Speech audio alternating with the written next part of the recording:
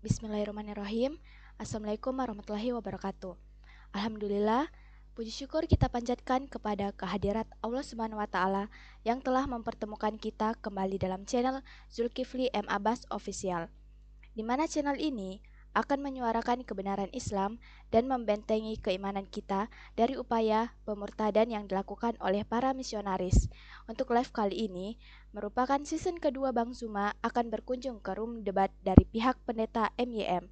Tanpa panjang lebar lagi, yuk kita simak.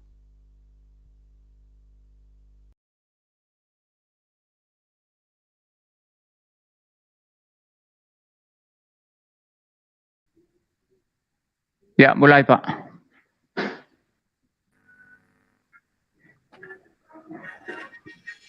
Selamat Silakan malam. Pak Felix. Iya, baik.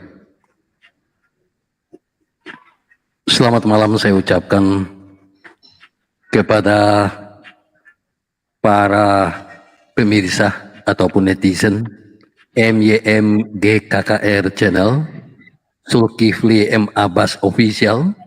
Tak lupa juga saya mention beberapa menara siar yang akan menyiarkan secara langsung ataupun tidak langsung acara debat di malam hari ini, yakni Kanuru Channel, Handi Selebes Channel, Albert Rumampuk Channel, dan Amanah Sang Hamba Channel. Dimanapun Anda berada, semoga damai sejahtera dari Tuhan menyertai kita semua. Ya, pada malam hari ini kita akan menyaksikan debat yang tentunya menarik antara Pak Ustadz Zuma dan Pendeta MYM di bawah judul atau tema Duinatur Kristus, Yesus Allah 100% dan manusia 100%. Sebagaimana diketahui bahwa di malam hari ini debat ini adalah rematch debat atau debat ulang. Karena beberapa waktu yang lalu atau debat yang lalu itu ada kendala-kendala teknis sedikit. Ya, oleh sebab itu ini merupakan rematch debat. Baik Bapak Ibu, Saudara-saudara dimanapun Anda berada, saya akan menyampaikan urut-urutan acaranya. Selanjutnya juga sedikit pengantar dari saya sebagai moderator. Yang pertama, setelah ini kita akan masuk pada debat, ya.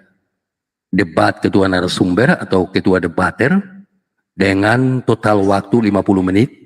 Masing-masing diberikan kesempatan 5 kali dengan durasi waktu 5 menit. Selanjutnya, ya, setelah itu masuk pada sesi battle dengan memakan waktu totalnya adalah 15 menit. Berikut adalah tanya jawab partisipan, ya, antara partisipan dan narasumber. Saya harapkan dari pihak Muslim 1 orang dan dari Kristen 1 orang. Ya. Lalu yang berikut adalah closing statement dari kedua debater. Masing-masing akan diberikan kesempatan 5 menit. Akhirnya adalah penutupan. Baik, kita masuk pada sedikit pengantar atau arahan 5 menit. Akhirnya adalah penutupan. Baik, kita masuk pada sedikit pengantar. Mohon maaf, saya arahan 5 menit. Ini sebentar. Akhirnya adalah penutupan. Baik, kita masuk pada sedikit pengantar.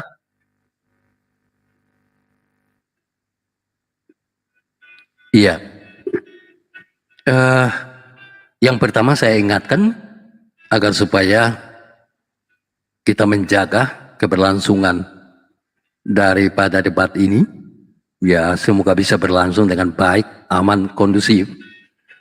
Untuk itu diminta kepada kedua pihak agar supaya tetap pada topik, ya, jadi tidak keluar topik. Yang berikut tidak melakukan penyerangan, ya, kepada pribadi masing-masing. Ya, itu yang perlu kita jaga. Saya pun mengimbau kepada saudara-saudara yang di live chat agar supaya memberikan komentar yang sifatnya edukatif juga, ya, seperti itu.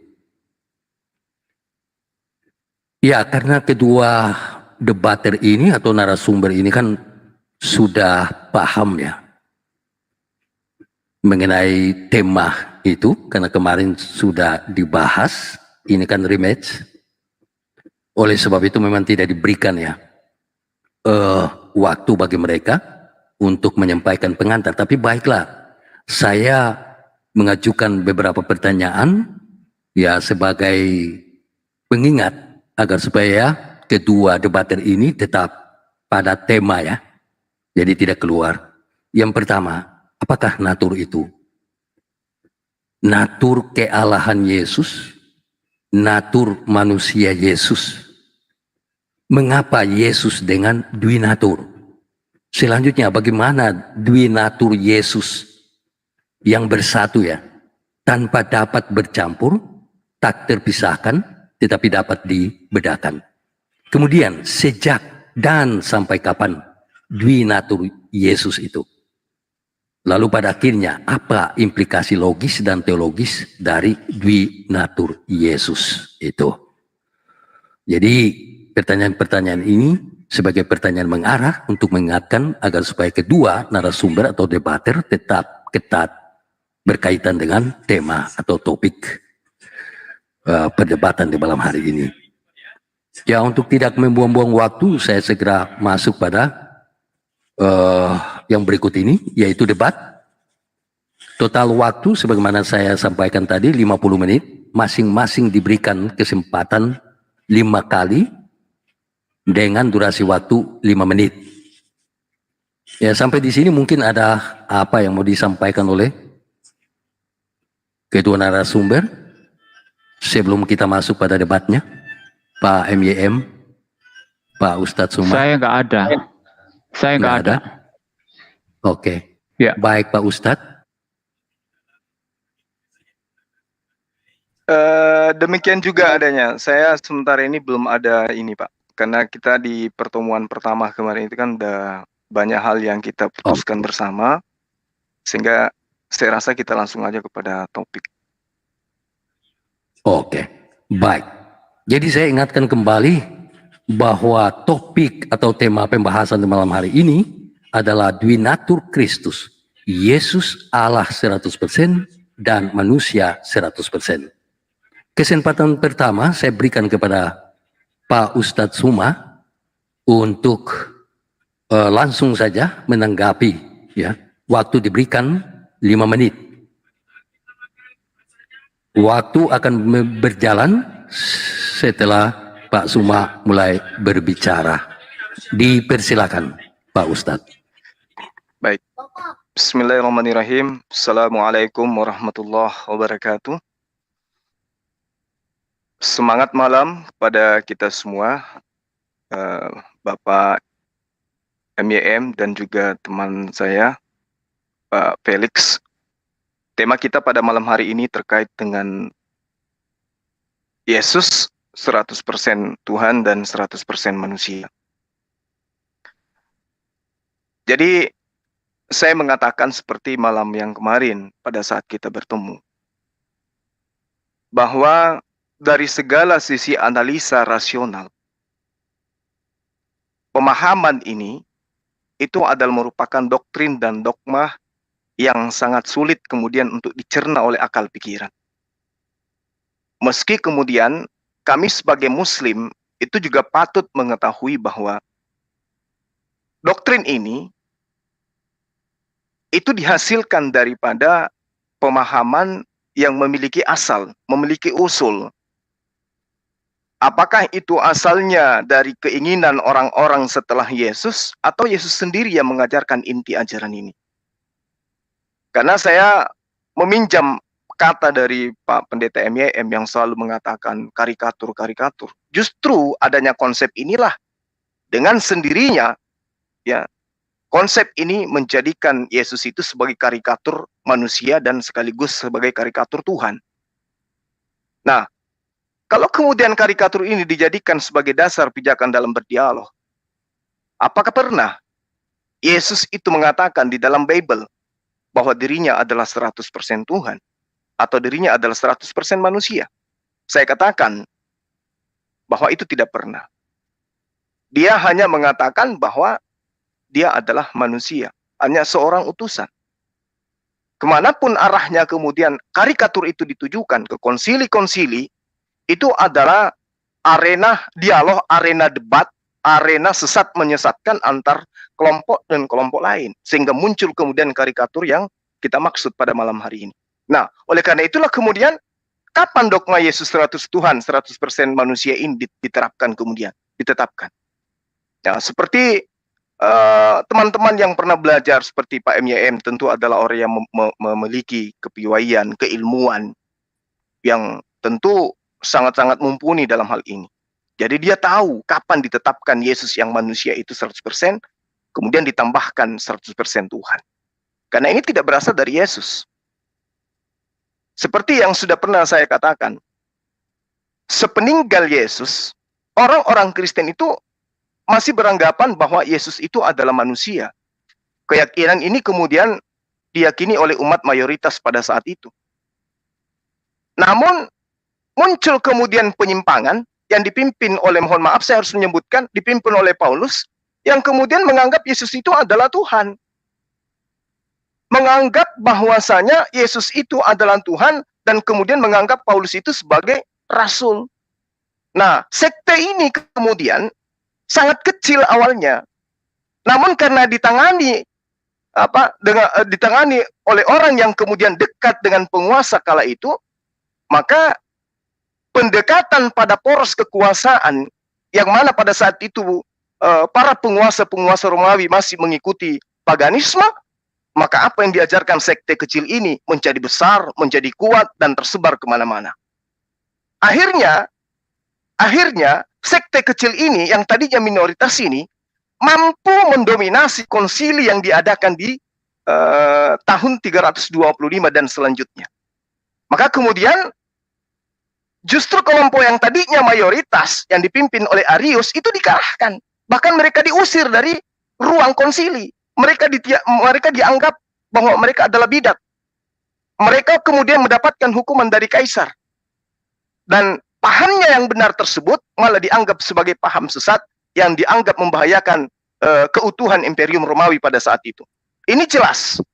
Oleh karena itulah kemudian ketika hari ini, malam ini, Pendeta MYM mengusung dengan segala kekuatan keilmuan yang dia punya, ya tentu saya hanya merujuk kepada pengajaran Yesus saja, di mana pengajaran Yesus itu ada tersisa di dalam Bible.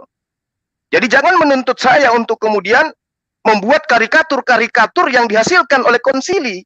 Saya hanya mampu menguraikan apa yang Yesus ajarkan tentang dirinya, apa yang Yesus ajarkan, apa yang murid-muridnya ajarkan tentang Yesus. Saya tidak mampu kemudian berselancar ke konsili-konsili yang kemudian membuat karikatur manusia menjadi Tuhan. Silakan dengan ilmu Anda, silakan dengan ilmu Bapak. Saya tetap akan konsisten bahwa Yesus adalah manusia dan Yesus 100% bukan Tuhan. Demikian.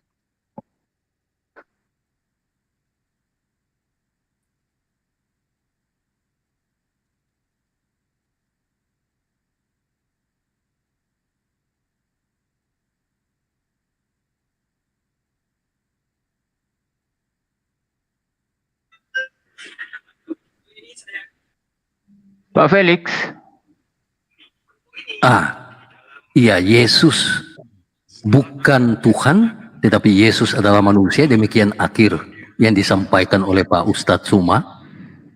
Time-nya sudah disetting. Langsung aja Pak Pendeta MYM, dipersilakan. Ya, baik.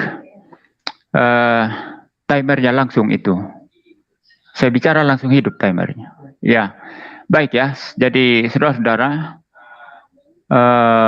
saya sebetulnya mau interaksi ini ada peningkatan dari Ustadz Suma ya. Tapi di awal saja saya melihat Ustadz Suma ini sudah menggebrak dengan salah kaprah ya. Salah kaprah yang paling jelas malam hari ini, dia tidak memahami ketika saya menggunakan istilah karikatur. Ya, dia tidak memahami apa yang dimaksud dengan karikatur ya. Dan yang menggunakan karikatur itu adalah Suma sebetulnya. Ya, kenapa disebut karikatur? Dia mencoba menjelaskan iman Kristen dengan cara yang salah kaprah ya. Apa itu 100% Allah? 100% manusia, itu dia tidak memahami. Jadi dia menjelaskan 100% Allah, 100% manusia itu dengan cara yang salah kaprah, itu yang kita sebut sebagai karikatur. Jadi Zuma ini mengkarikatur iman Kristen, lalu kemudian dia mengkritik iman Kristen berdasarkan karikatur itu. Berdasarkan salah pahamnya Zuma itu yang kita maksud, ya. Makanya saya bilang, coba jelaskan apa yang dimaksud Kristen itu mengenai Yesus 100% Allah, 100% manusia. Zuma tidak ngerti. Coba sekarang saya tantang sekarang. Ini catat ya moderator ya. Saya minta Zuma menjelaskan secara ringkas saja dalam 1-2 menit atau 3 menit. Jelaskan kepada saya apa yang dimaksud Kristen dengan doktrin Dewi Natur Kristus. 100% Allah, 100% manusia. Dia bisa menjelaskan dengan benar apa enggak? Yang dimaksud Kristen ya, bukan yang dimaksud Zuma. Nah, setelah dia memahami apa yang dimaksud Kristen mengenai Dwi Natur Kristus itu 100% Allah, 100% manusia, maka barulah Zuma boleh mengkritik berdasarkan pemahaman Kristen itu. Dia mengkritik iman Kristen, nah itu baru benar. Itu baru Zuma tidak membuat karikatur. Nah, jangankan memahami ini ya, memahami doktrin Kristen tentang Dwi Natur, Zuma malah bicara istilah karikatur yang saya pakai itu dengan cara yang lebih salah kaprah lagi, jadi double salah kaprahnya ini. Dia mulai singgung tadi karikatur yang dibuat itu konsili-konsili katanya, karikatur yang dibuat di dalam sidang-sidang itu ya. Yang saya maksud dengan karikatur bukan itu, ya. Yang saya maksud dengan karikatur itu Zuma ini yang membuat karikatur tentang iman Kristen. Misalnya gini Zuma, ya Anda dengarkan saya ini. Kalau tidak mengerti yang saya maksud dengan karikatur. Kalau saya bilang, Islam itu percaya 100% bahwa keselamatan itu anugerah Allah saja, bukan amal jasa. Nah, kalau saya bilang begitu, ini saya mengkarikatur iman Islam. Paham tidak? Saya ulang ya, kalau saya bilang, Islam itu adalah iman yang percaya bahwa keselamatan itu 100% anugerah Allah, amal baik manusia itu tidak penting sama sekali. Itu yang dikatakan Islam. Nah, kalau saya berbicara seperti itu, saya mengkarikatur iman Islam. Karena Islam tidak percaya seperti itu. Yang dipercaya Islam itu keselamatan karena amal perbuatan baik. Nah, kamu Zuma mengkarikatur iman Kristen. Kamu belum paham iman Kristen tentang doktrin Dewi Natur Kristus, lalu kamu mengkritik. Yang kamu kritik itu apa? Berarti pikiranmu sendiri tentang iman Kristen. Itu yang kita maksud. Makanya saya minta malam hari ini coba jelaskan apa yang dimaksud Kristen tentang doktrin Dewi Natur. Saya tantang Zuma, dia paham apa enggak? Kalau tidak paham, berarti Zuma tidak tahu apa yang dia kritik. Dia tidak paham apa-apa tentang apa yang dia kritik. Ya, seperti itu. Maka ini tidak akademik, tidak ilmiah. Ya. Jadi 1-2 menit coba jelaskan kepada saya. Bila perlu rujuk kepada Konsili Kalsedon. Ya, mengenai Dewi Natur Kristus. Nanti kalau sudah jelas baru dikritisi. Saya akan berikan tanggapan. Ya, lalu masih ada beberapa detik. Yang terakhir sekali, saya perlu katakan bahwa ketika Zuma masuk ke dalam Alkitab, menafsir Alkitab, ya, lalu mengatakan bahwa Alkitab tidak pernah mengatakan Yesus adalah Allah, adalah Tuhan, begitu ya. Itu kan tafsiran Zuma. Itu tafsiran Zuma dan orang-orang Islam. Tapi orang Kristen mempunyai tafsiran sendiri. Dan mari kita adu tafsiran kita. Tafsiranmu itu rasional apa tidak? Nah, kita lihat malam hari ini, apakah tafsiran saya atau tafsiran Zuma yang rasional? Ayo. Baik, waktunya habis. Terima kasih Pak MYM. Ya pemirsa, kedua debater ini masih berkutat pada soal karikatur, tetapi yang ditanyakan atau dimintakan oleh Pak MYM kepada Pak Ustadz Zuma adalah tolong jelaskan tentang yang dimaksud orang Kristen tentang Dwi Natur Kristus, lalu memberikan tanggapan. Waktu sudah disetting? Ya, Pak Ustadz Zuma akan bicara, waktu pun berjalan. Dipersilakan Pak Ustadz. Oke, makasih. Ya, jadi sekali lagi saya katakan kepada Pak EGM yang saya hormati, ya, sebagai orang yang pernah belajar saya tidak mau digiring terhadap apapun itu yang melatar belakangi konsili yang ada. Apakah itu karena keberadaan Antikes, atau keberadaan kemudian Kaisar Konstantin, Patriark Alexandria, atau Hosius, atau Pitus. Saya nggak mau ke sana, Pak. Saya tidak ingin bermain di karikatur yang Bapak buat. Karena Yesus punya kedudukan pada saat dia datang di atas muka bumi, 100% manusia. Karikatur yang Anda buat kemudian, dia dua natur. Anda lah yang harus menjelaskan itu, lalu kemudian Anda convert terhadap pengajaran Yesus. Saya tidak ingin digiring kepada ajaran Romawi, gak mau saya. Saya hanya ingin menjelaskan tentang ajaran Yesus yang adalah orang Yahudi. Kalau yang dua natur itu adalah tugas Bapak untuk menjelaskan sisi kebenarannya, sisi keilmiannya, sisi akademisnya, sisi logiknya di mana. Jadi saya tidak mau ke sana. Ya, tentang bagaimana kemudian konsili Efesus, Kalsedon, saya nggak mau. Saya tidak mau digiring kepada pemahaman-pemahaman gereja yang dihasilkan atas asas yang awalnya didasari oleh adanya bidat dan membidatkan, sesat dan menyesatkan. Tidak ada benar dan mensesatkan, tapi sesat dan menyesatkan. Patahkan argumen saya itu, Pak. Bahwa konsili melahirkan sebuah stigma pemikiran, ide, gagasan, anak Maria itu adalah Tuhan 100%, manusia 100%, saya katakan itu adalah kesesatan yang nyata. Itu yang Anda harus patahkan. Anda nggak usah nguji saya, bahwa saya harus tahu apa yang melatar belakangi. Pak, saya baca Bible. Saya baca Bible. Kalau Bapak sudah jauh sekali di atas saya, tinggi menjulang langit keilmuannya, turun Pak, turun. Bapak nggak usah menggiring saya, bagaimana kemudian para uskup ya yang diselenggarakan kemudian Kaisar Theodosius II itu pada tahun 431 di konsili Efesus, lalu kemudian 20 tahun setelahnya mengadakan konsili Konseidin. Saya nggak perlu ke sana, aku bilang. Nggak perlu ke sana. Itu hanya bisa Bapak kaji di dalam meja kuliah, bukan di debat lintas agama seperti ini. Lain hal kalau saya dari sekte Kristen yang membantah tentang dua natur Yesus. Tapi saya ini Muslim, Pak, di luar dari keyakinan Bapak yang telah mengatakan dengan jelas bahwa dua natur Yesus itu adalah kesesatan yang nyata. Itu adalah sebuah buah pikiran yang tidak bermakna, yang tidak punya arti sama sekali, bahkan konyol. Kenapa saya katakan konyol? Yesus 100% manusia dan 100% Tuhan. Yesus mati. Bagaimana mungkin kemudian Yesus yang mengalami mati, dia adalah 100% Tuhan? Patahkan itu. Jelaskan ke saya. Ada orang mati, kemudian dikatakan dia adalah 100% Tuhan.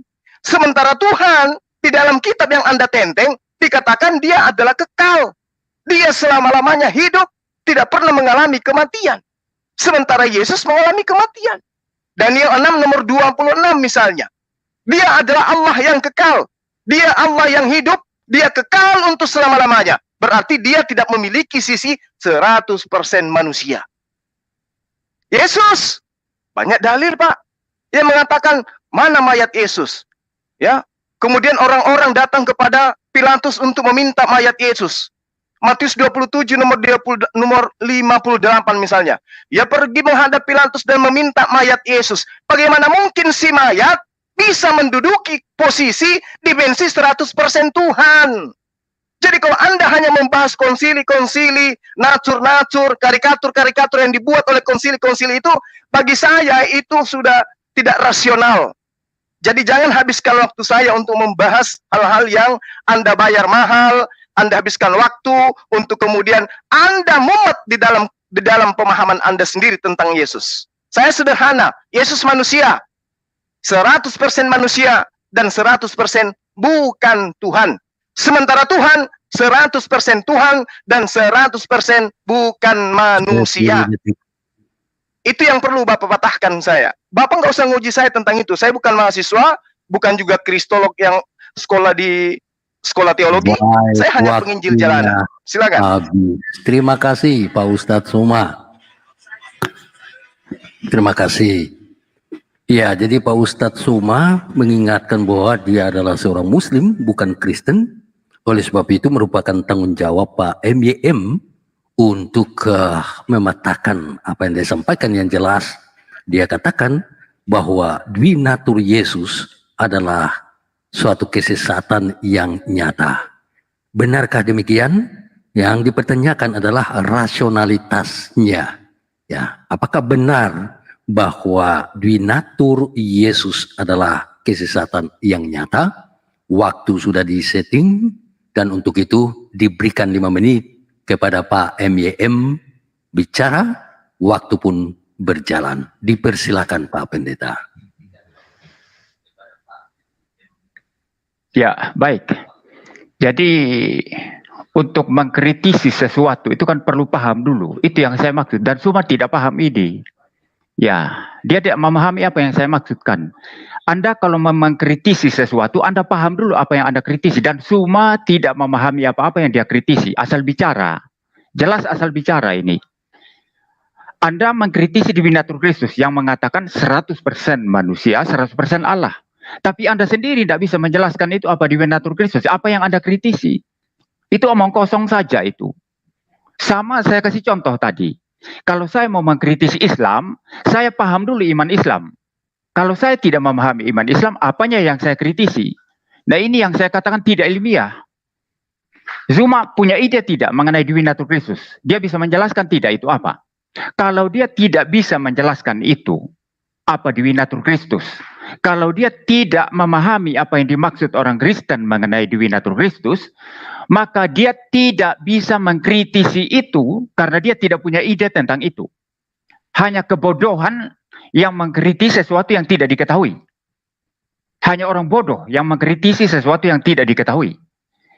Ya, jadi kalau kita mengkritisi sesuatu, Anda katakanlah misalnya, mau mengkritisi seorang filsuf tertentu. Misalnya Immanuel Kant. Anda mesti baca buku Immanuel Kant. Anda mesti paham pemikiran Immanuel Kant. Setelah Anda paham baru Anda kritisi. Itu yang saya maksud. Dan Suma di sini tidak paham apa-apa tentang doktrin divinatur Kristus. Dia tidak paham itu, lalu dia kritik. Saya tadi siang mendengarkan kembali itu debat daripada Dr. Deki dengan Simbolon itu. Siapa namanya itu? Abednego apa siapa? Gordian, ya. Dia begitu banyak bicara, ya. Lalu Dr. Deki bilang, Anda tahu tidak apa yang menjadi indikator daripada apa namanya itu? Ya mereka bicara tentang Alkitab tadi ya. Tentang bagaimana Alkitab itu cukup ya layak untuk dipercaya itu apa namanya itu teks-teksnya begitu ya. Indikatornya apa? Coba sebutkan kepada saya. Simbolon tidak bisa ya. Nggak bisa menyebutkan itu. Maka itu artinya apa? Dia mengkritisi apa yang dia tidak tahu. Saya tidak minta Suma untuk masuk Kristen. No, bukan itu. Saya tidak minta Suma untuk belajar iman Kristen supaya dia percaya. Bukan. Tapi kalau dia mau mengkritisi iman Kristen, dia harus belajar iman Kristen supaya dia paham. Setelah dia paham, baru mengkritisi. Nah ini dari bicaranya saja. Tidak ngerti doktrin divinatur Kristus. Tapi bicara mengkritisi. Apa yang dikritisi? Misalnya tadi dia bilang, Yesus mati. Yesus mati membuktikan bukan Allah. Ini kacau sekali. Anda tidak paham doktrin divinatur Kristus. Yesus mati kan kemanusiaannya. Kemanusiaan Yesus mati. Doktrin divinatur Kristus mengatakan 100% manusia. Berarti dalam kemanusiaannya mati. Anda tidak bisa menggunakan apa yang terjadi pada kemanusiaan Yesus yang mati itu. Lalu Anda melompat itu diterapkan kepada kealahan. Ya ini kebodohan. Kalau kemanusiaan Yesus mati, ya kemanusiaan Yesus mati. Tapi kealahan Yesus yang adalah logos ilahi, itu tidak mati. Nah, hal-hal semacam ini muncul karena Suma tidak memahami itu doktrin divinatur Kristus. Maka saya minta lagi sekarang, Anda harus menjelaskan dulu itu, baru Anda kritisi. Ini umum dalam dunia akademik. Sebelum Anda mengkritisi sesuatu, Anda jelaskan dulu apa yang Anda kritisi. Setelah Anda jelaskan dengan baik, baru Anda kritisi, baru saya dengarkan nanti. Ya, kalau tidak Anda percuma ngomong besar di sini. Anda masuk ke sini ngomong besar untuk apa? Anda mengkritisi apa yang Anda tidak tahu. Tidak ada guna. Ini saya lihat semua debater Islam seperti itu. Mereka mengkritisi apa yang mereka tidak tahu. Ya, seperti itu. Lalu nanti argumentasinya lompat sana, lompat sini. Ya, seperti kutu loncat. Saya tetap meminta Suma jelaskan apa itu doktrin Dewi Naturus yang dipahami Kristen, baru dia kritisi. Setelah itu saya kasih tanggapan.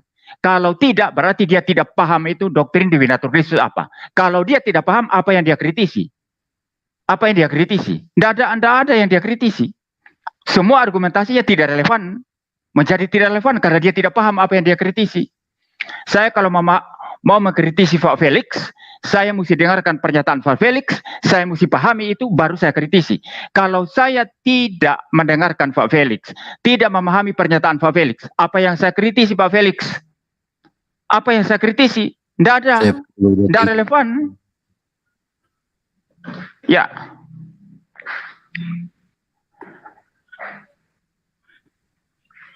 Iya, waktunya habis. Jadi kalau kita cermati, maka sejauh ini masih menyangkut metodologi ya.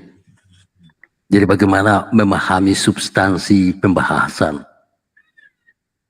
Akan tetapi apa yang disampaikan oleh Pak Ustadz Suma, itulah cara beliau untuk mempertahankan pemahamannya atau pengetahuannya mengenai Dwi Natur Kristus. Mungkin beliau sampaikan dengan cara yang berbeda. Akan tetapi tantangan dari Bapak Pendeta MYM, ini saya mencatat, kalau Suma tidak paham doktrin Dwi Natur Kristus, maka tidak dapat ya memberikan kritik yang diharapkan. Ya, seperti itu. Bagaimana tanggapan Pak Ustadz Suma? Pak Ustadz Suma akan berbicara dan waktu pun segera berjalan. Dipersilakan Pak Ustadz.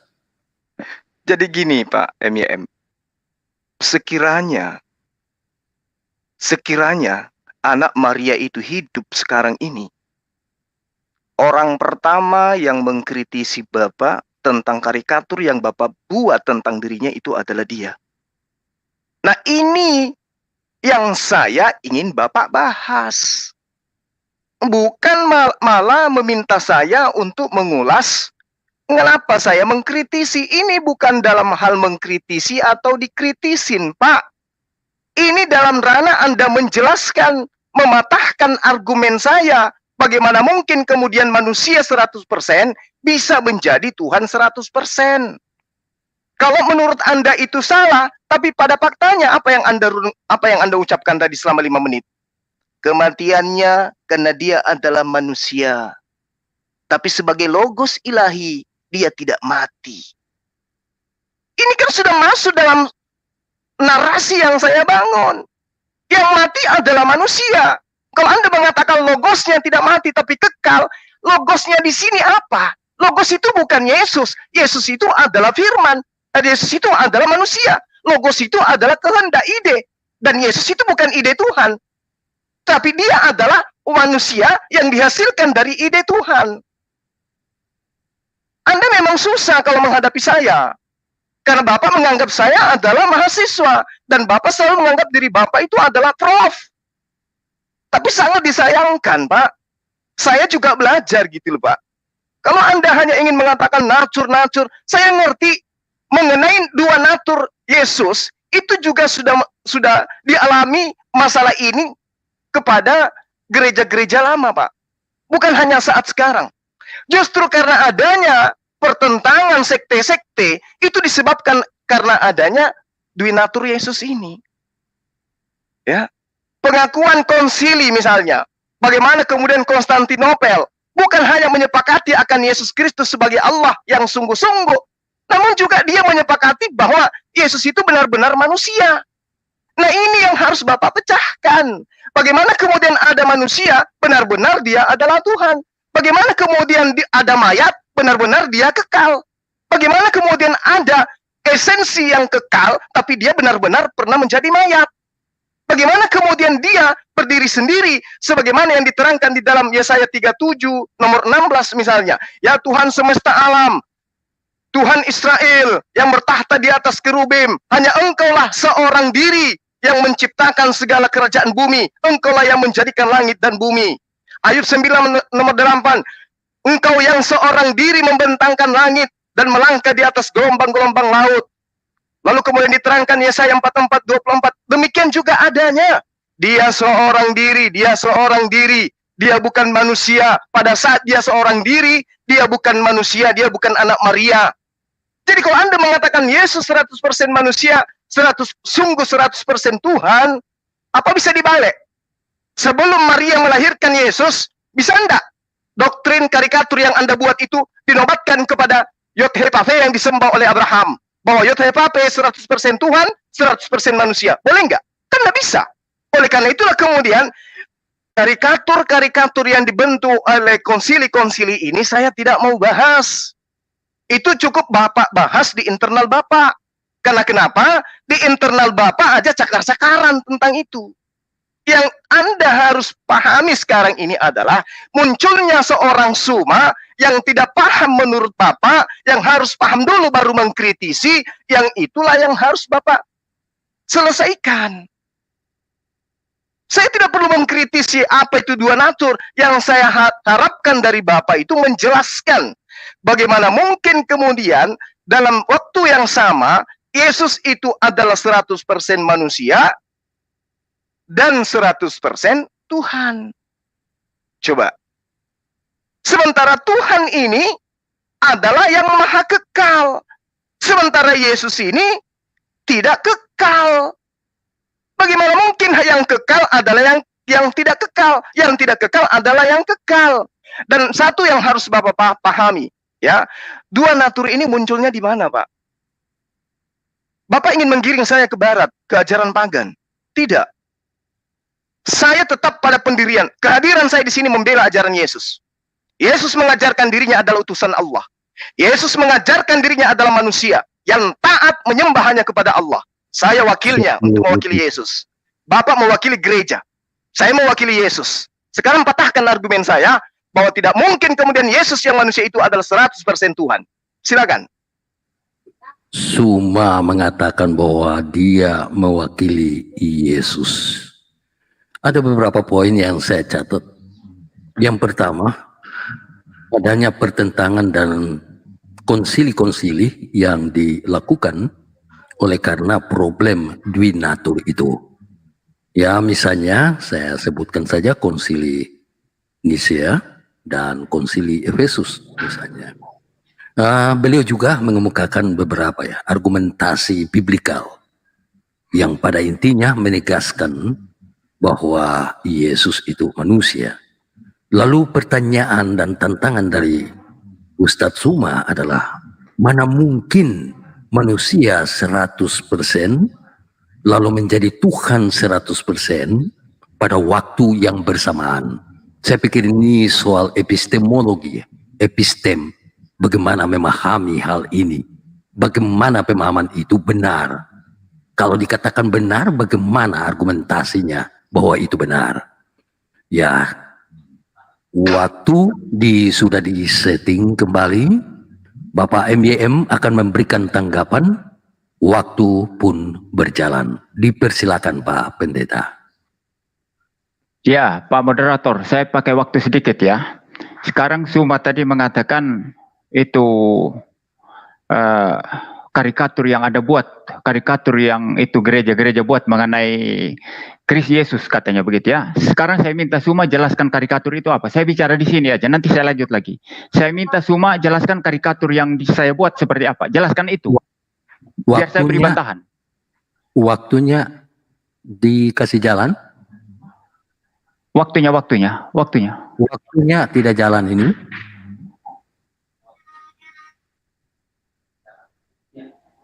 Ya, jadi ya, Suma silakan. harus menjelaskan karikatur apa yang saya buat tentang Kristus, tentang Dewi Natur Kristus. Itu yang saya minta. Dia bilang karikatur, tidak apa-apa. Silakan aja dia bilang karikatur. Sekarang jelaskan karikatur itu. Ya, supaya dia jangan asal bicara saja, ya, mengkritik apa yang dia tidak tahu. Sekarang saya tanya, Suma, Anda mesti gentle ya. Kalau Anda tidak bisa menjelaskan ini, Anda tidak tahu apa-apa tentang apa yang Anda bilang karikatur ya terhadap Divinatur Kristus yang Anda tuduhkan saya buat, atau yang bapak-bapak gereja buat, atau yang konsili buat, begitu ya. Nah, Anda mesti jawab ini semua. Kalau Anda tidak jawab ini, Anda kalah telak. Anda tidak ngerti apa-apa. Anda ngomong besar, mengkritik apa yang Anda tidak tahu. Mulut besar, mengkritik apa yang Anda tidak tahu. Harus jelaskan kepada saya karikatur apa yang dibuat itu oleh bapak-bapak gereja, oleh konsili Kalsedon, oleh saya. Ya, jelaskan itu nanti. Kalau Anda menjelaskan karikatur apa itu, saya bantah nanti. Ya, saya akan memberikan bantahan-bantahan. Ya. Lalu kemudian kelihatan sekali bahwa dia tidak tahu apa-apa. Saya dari awal mengatakan tidak tahu apa-apa.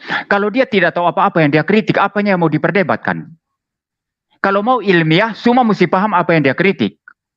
Ya, kalau dia tidak paham apa-apa yang dia kritik, apanya yang mau diperdebatkan? Tidak ada. Ya, jadi tolonglah itu jelaskan dulu apa yang Anda mau kritisi itu apa. Ya. Sekarang dia matikan. Bisakah manusia menjadi Tuhan? Yang bilang manusia jadi Tuhan itu siapa? Di dalam doktrin Divinatur apa? Suma. Di konsili apa dikatakan? Atau dalam pernyataan saya di mana mengatakan manusia bisa jadi Tuhan? Itu kan karangan Anda itu. Kita tidak pernah berkata manusia jadi Tuhan. Moderator ingatkan, saya minta moderator bertindak tegas ya. Yang pertama tadi saya minta Suma menjelaskan karikatur apa yang saya buat tentang Divinatur Kristus, atau yang dibuat oleh bapak-bapak gereja atau konsili Kalsedon mengenai Divinatur Kristus. Dia mesti jelaskan itu. Kalau tidak, dia berarti omong kosong di sini. Karikatur apa? Mesti hadirkan karikatur itu apa? Data-datanya apa? Ya. Lalu yang kedua, kita tidak pernah berkata manusia Yesus jadi Allah. Tidak ada itu dalam doktrin Divinatur Kristus. Itu perkataan Suma. Nah, sekarang juga buktikan di mana dalam konsili Kalsedon, bila perlu nanti ya rujuk kepada konsili Kalsedon, di mana dikatakan di sana bahwa manusia Yesus jadi Allah atau jadi Tuhan. Tidak ada di sana. Tidak ada sama sekali. Atau konsili Nikea mengenai Tritunggal. Tidak ada di sana. Itu kan karangan Suma. Maka saya sudah bilang, Suma dan orang-orang Islam ini mengkritisi Kristen dengan karangan mereka sendiri. Kita tidak pernah berkata manusia Yesus jadi Allah. Itu karangan Suma.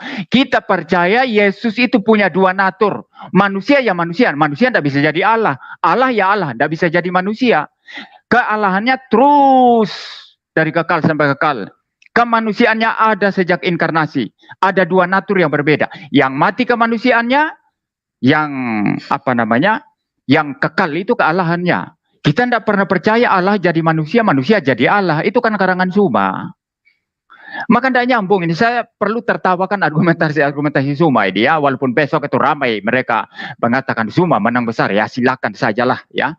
Tapi orang yang ilmiah dan akademik itu akan tahu siapa yang asal bicara, yang tidak pakai rujukan ilmiah dan akademik yang jelas. Itu kan jelas nanti. Ya, jadi dua hal ini saya tanya kepada Suma, karikatur apa? Coba jelaskan dulu. Lalu yang kedua, di mana pernyataan saya atau pernyataan konsili-konsili yang mengatakan manusia Yesus bisa jadi Allah? Ya, di mana? Atau manusia berubah jadi Allah? Atau sebaliknya, Allah berubah jadi manusia? Di mana itu dikatakan? Buktikan, kasih datanya dulu. Kalau tidak, Anda membuat karikatur tentang iman Kristen lalu mengkritisi. Tapi sayangnya Anda mengkritisi pikiran Anda sendiri. Tidak mengkritisi yang dipercaya iman Kristen. Ini kekacauan besar bagi polemikus Islam. Ini kekacauan besar. Makanya saya bilang hadirkan Egy Sujana yang jauh lebih ilmiah. Egy Sujana itu hadirkan. Biar dia kan gambar-gambar logik ya. Kita lihat.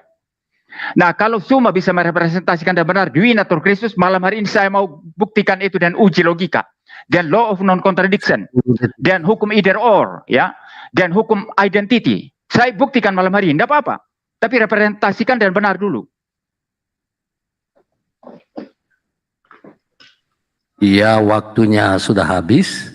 Ya, saya ingatkan kepada kedua debater agar supaya fokus pada tema, masuk pada substansi, saling sanggah menyanggah terkait dengan substansi ya.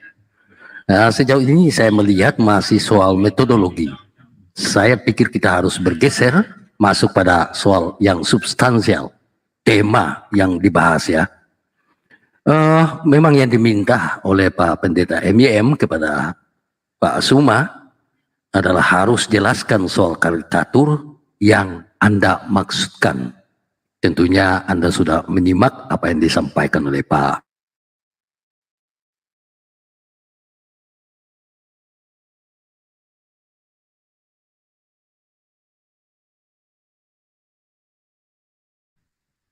Suaranya hilang itu Pak Felix. Iya, hilang suaranya, Pak. Pak Felix. Terlempar kali, kelontar keluar kali. Pak Felix, Nggak ada. suaranya Pak. Tetap ada. Tetap ada dia. Pak Felix. Ada kan Pak Felix?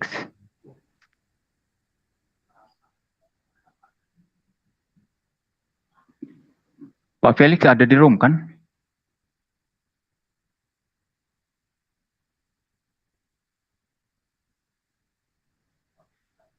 Pak Felix. Loh, malah keluar. Coba naikkan Pak Felix.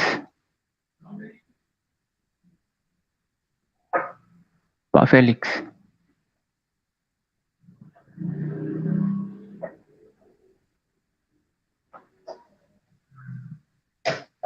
Bisa? Oh, udah keluar. Bagaimana ini Ustadz Suma? Ini sudah keluar ini orangnya ini. Kita tunggu Pak, pasti dia masuk mungkin jaringan. Kita tunggu aja dulu sebentar.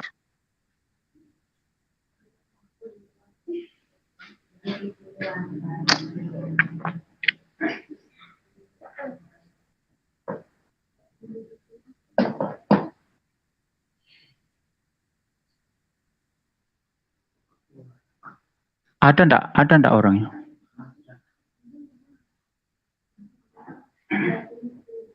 Mungkin, oh enggak ada sih, enggak kelihatan di sini.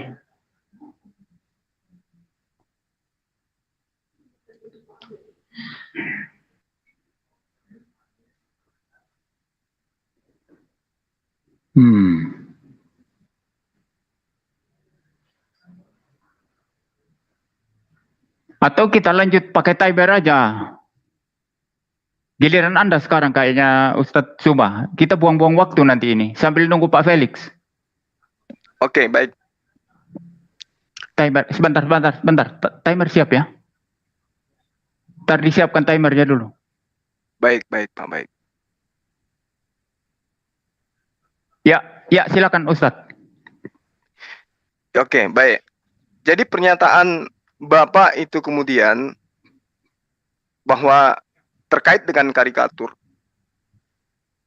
Saya katakan bahwa ketika kita melihat sisi mendasar daripada apa yang menjadi konsep Kristen, yaitu Yesus sebagai objek sembahan, maka saya katakan bahwa Yesus itu mengajarkan dirinya 100% manusia. Kedudukan yang paling tertinggi yang dimiliki hanya sebagai rasul, utusan. Lalu kemudian muncul karikatur. Apa karikatur itu? Pemahaman yang kemudian dilebih-lebihkan terhadap Yesus. Penggambaran yang kemudian dijadikan sebagai objek pembenaran terhadap iman, di mana Yesus itu sebagai objeknya. Jadi gambar atau penggambaran suatu objek yang konkretnya menjadi dasar, yang mendasari adalah konkret adanya objek tersebut, lalu kemudian dilebih-lebihkan dalam sudut pandang yang kemudian baik itu dibentuk dalam bentukan visualisasi ataupun dalam pemikiran. Itu yang saya maksud karikatur.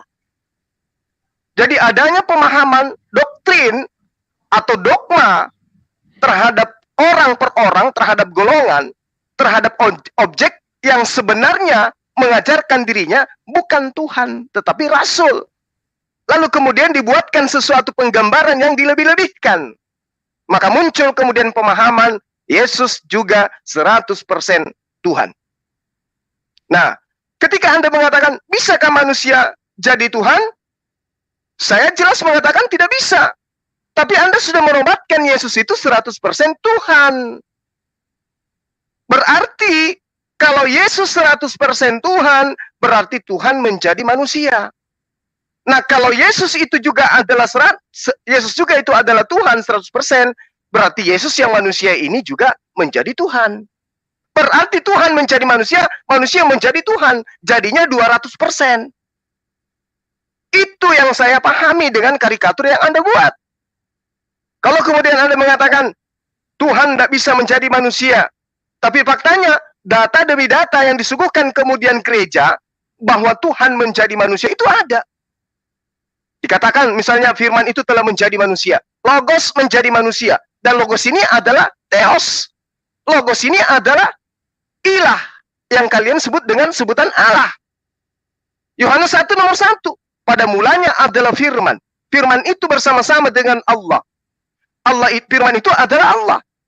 Firman itu telah menjadi manusia. Apa tuh? Tuhan menjadi manusia. Logos menjadi manusia. Berarti yang dihasilkan kemudian dari konsili atau apapun itu, muhtamar-muhtamar yang dibangun oleh gereja pada dasarnya semuanya itu berdasar terhadap karikatur penggambaran terhadap Yesus yang dilebih-lebihkan. Kalau dikatakan Yesus selamanya adalah Allah, di dalam Yohanes 8 nomor 58 misalnya, aku berkata kepadamu sesungguhnya sebelum Abraham jadi aku telah ada. Atau aku dan Bapa adalah satu. Yohanes 10 nomor 20 nomor 30, sorry. Itu adalah kemudian pemahaman yang dibantah sendiri oleh Yesus bahwa ketika Yesus mengatakan aku ada sebelum Abraham ada, itu ada yang melatar belakangi pertanyaan itu. Karena kalau dipahami berdasarkan data ini sehingga muncul kemudian karikatur mengatakan dia adalah Tuhan itu sendiri yang 100% Tuhan dan 100% manusia, karena dikatakan Abraham, aku ada sebelum Abraham ada. Faktanya Yesus nggak tahu kapan hari kiamat. Berarti ada yang melatar belakangi sehingga Yesus mengatakan, aku ada sebelum Abraham ada. Karena Salomo juga mengatakan, aku ada ketika langit belum digariskan. Begitupun juga Yeremia, ada sebelum dia dikandung oleh ibunya. Artinya itu gugur. Keilahian Yesus 100% itu gugur sama sekali. Sekarang yang muncul hanya Yesus 100% manusia. Tidak ada karikatur lain. Jadi kalau saya memahami, ya sesuai dengan apa yang Yesus ajarkan. Dia adalah Rasulullah. Dia adalah utusan Allah. Dan Tuhannya hanya satu. Dia bukan Tuhan. Tuhannya cuma sendiri. Sebagaimana dalil demi dalil yang saya uraikan kepada Bapak di dalam kitab Bapak sendiri. Bahwa Tuhan menciptakan langit dan bumi seorang diri. Tidak ada unsur manusia di sana. Berarti unsur manusia ini muncul belakangan. Kalau unsur manusia ini muncul belakangan dan dikatakan 100% Tuhan, harusnya pada saat Tuhan menciptakan langit dan bumi, si manusia anak Maria ini juga ada di sana. Tapi faktanya dia tidak ada. Lalu bagaimana mau dikatakan dia 100% manusia, dia 100% Tuhan? Sekira begitu, Pak. Silakan. Pak Felix mau masuk ya? Waktunya selesai. Saya mohon silakan, maaf, Pak. Tadi saya terpental ya. Saya terpental. Akan tetapi saya ada sempat nyimak Ustadz Suma mengutip itu Yohanes 8 ayat 58, ego eimi. Sebelum Abraham jadi aku ada ya, ucapan Yesus. Meski demikian, Pak Ustadz Suma tetap menekankan bahwa Yesus hanya 100% manusia. Pak MYM akan memberikan tanggapan waktu berjalan setelah Pak MYM mulai. Dipersilakan, Pak. Ya, baik. Saya mungkin tanggapi sedikit moderator tadi ya, yang mengatakan belum masuk substansi. Sebetulnya substansi itu, Pak, pertanyaan saya. Karena Zuma menyerang apa yang dia tidak tahu. Ini substansi perdebatan. Kalau dia tidak paham tentang pemahaman saya mengenai doktrin divinatur, dia menyerang udara kosong, bukan menyerang saya. Inilah yang disebut sebagai strawman fallacies ya. Membuat orang-orangan di sawah, lalu digebuk sendiri, lalu merasa menang. Itu Zuma malam ini. Dia sama sekali tidak merepresentasikan divinatur Kristus, baru dia serang. Sebagaimana dipercaya iman Kristen. Ini penting dalam perdebatan, Pak. Ini bukan metodologi, Pak Felix. Ini substansi perdebatan. Dia kalau mau menyerang saya, kan menyerang pernyataan saya yang dia pahami dan benar. Kalau dia tidak paham, apa yang dia mau serang? Ya, dan bukti-bukti ketidakpemahamannya terhadap doktrin Kristen itu adalah salah satunya, misalnya ya, dia mengatakan kalau Yesus itu Allah, dia bilang tadi begini, Allah itu menciptakan seorang diri, ya. Waktu Allah menciptakan tidak ada unsur manusia di sana. Kalau memang Yesus itu adalah Allah, ya, dan manusia 100%, tentu waktu Allah menciptakan ada unsur manusia di sana. Itu argumentasi dia tadi. Kayak ini kan kacau ini. Yang mengatakan kemanusiaan Yesus itu kekal itu tidak ada awal, ya. Kekal sama dengan kealahannya itu siapa? Kemanusiaan Yesus itu ditambahkan kemudian. Ini semua dengar apa enggak ya? Atau sibuk Google ya? Jadi kemanusiaan Yesus ditambahkan pada saat inkarnasi. Maka jelas pada saat penciptaan itu tidak ada manusia di sana, tidak ada unsur manusia di sana. Yang ada hanyalah Bapa, Sang Firman, Sang Logos Ilahi, di mana melaluinya Bapa mencipta, dan Roh Kudus. Dan itu nyata dalam Kejadian 1 ayat 1-3. Ya, jadi tidak ada unsur manusia di sana. Nah, ini satu bukti bahwa Suma tidak paham iman Kristen, tapi menyerang apa yang dia tidak paham. Memang kita percaya kemanusiaan Yesus ditambahkan kemudian. Kemanusiaan Yesus itu bukan ada dari kekal sampai kekal. Ditambahkan pada saat inkarnasi, dan sejak inkarnasi, natur Allah dan natur manusia Yesus itu bersatu untuk seterusnya. Ya, tidak bisa dipisah, tidak bisa dibagi. Tidak bercampur, tidak berubah. Ya, seperti itu ya. Jadi Suma tidak paham ini ya. Lalu kemudian singgung-singgung sebelum Abraham ada, aku ada. Before Abraham was born, I am, kata Tuhan Yesus. Itu jelas ayat menyatakan kekekalan Sang Logos dalam natur ilahinya. Itu jelas itu. Yang tidak bisa dicampur adukan dengan kemanusiaannya. Walaupun sejak inkarnasi ada persatuan sedemikian rupa. Tapi jelas ketika Yesus berkata, sebelum Abraham ada, aku ada, itu menyatakan kekekalan keilahiannya sebagai logos ilahi. Natur Allahnya. Ya, dan dengan demikian, di sini hanya membuktikan bahwa Yesus memang Allah. Yohanes 1 ayat 1 sudah jelas itu. Pada mulanya adalah firman. Firman itu bersama-sama dengan Allah. Dan firman itu adalah Allah. Ketika Yesus mengampuni dosa, ya, yang debat yang pertama dulu. Ya, dia katakan bukan Yesus yang mengampuni dosa. Saya katakan kepada semua, buktikan dari ayat itu di mana Yesus bukan mengampuni dosa. Itu Yesus yang menyatakan di sana. Mengampuni dosa seseorang yang tak pernah berbuat dosa langsung terhadap Yesus secara manusia. Hanya Allah yang bisa begitu kan? Nah, itu tidak bisa dicampur adukan dengan kemanusiaannya. Nanti kalau kemanusiaannya mati, bisa makan, bisa berjalan-jalan di atas bumi. Ya, seperti itu. Nah, maka begini, ketika dia membenarkan diri, dia mengatakan, Yeremia pun berkata, sebelum dunia dijadikan, aku ada. Tidak ada begitu itu. Buktikan, buka ayatnya nanti Suma. Lalu kemudian, Salomo berkata, aku sudah ada sebelum dunia dijadikan, begitu ya. Itu Salomo bicara tentang hikmat. Dan hikmat itu justru mempersonifikasikan Sang Firman. Karena logos ini adalah hikmat Allah. Firman Allah. Bijaksana Allah. Intelijensia yang menjadi dasar penciptaan segala sesuatu. Jadi hikmat yang dibicarakan Salomo itu, yang ada secara kekal itu, ya, yang ada sebelum dunia dijadikan itu merujuk kepada logos itu. Bukan Salomo itu. Jadi ini cuma ambil ayat Alkitab yang dia tidak paham, gitu ya. Lalu dia tafsir sesuka dia sendiri. Ya, saya sudah bantah ya, tidak masuk akal, nonsens apa argumentasinya. Baik, waktunya habis, sayang sekali. Ya, jadi saya pikir apa Pak Ustadz Suma sudah menyimak dan memahami apa yang disampaikan oleh Pak Pendeta MYM. Beliau sudah substansial. Dan Pak Ustadz Suma dengan caranya sendiri juga bagaimana substansial ya. Ya, seperti itu. Ya, kita akan persilakan langsung Pak Ustadz Suma. Waktu bergerak, Pak Ustadz Suma memulai. Dipersilakan, Pak. Oke, makasih. Nah, inilah yang menggelikan Semakin tinggi ilmu seorang Kristen itu akan semakin jauh jatuhnya itu semakin enak. Bapak mengatakan kemanusiaan Yesus itu ditambahkan. Ini logika apa ini? Tuhan menambahkan pribadi baru terhadap dirinya. Ini konsep yang Bapak dapat ini dari mana konsepnya?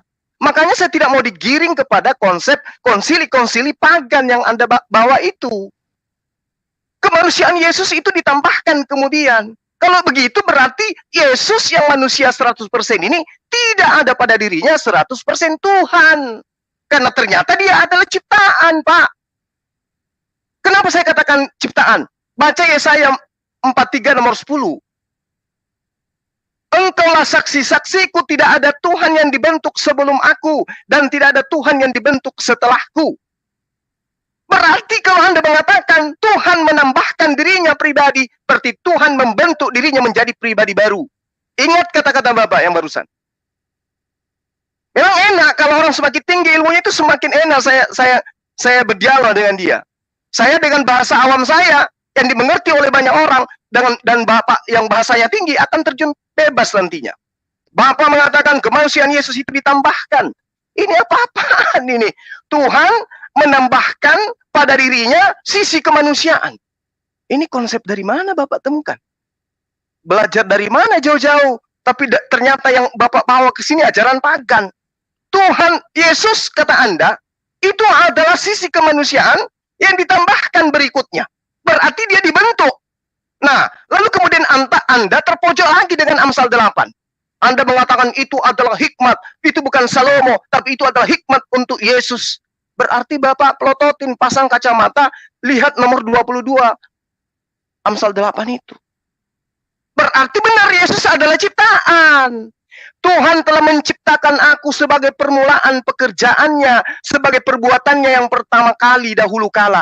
Berarti kalau itu untuk Yesus, berarti Yesus adalah ciptaan. Berarti benar yang saya katakan, tolong jelaskan manusia 100% kok bisa Anda tuhankan karena dia memiliki konsep karikatur 100% Tuhan juga.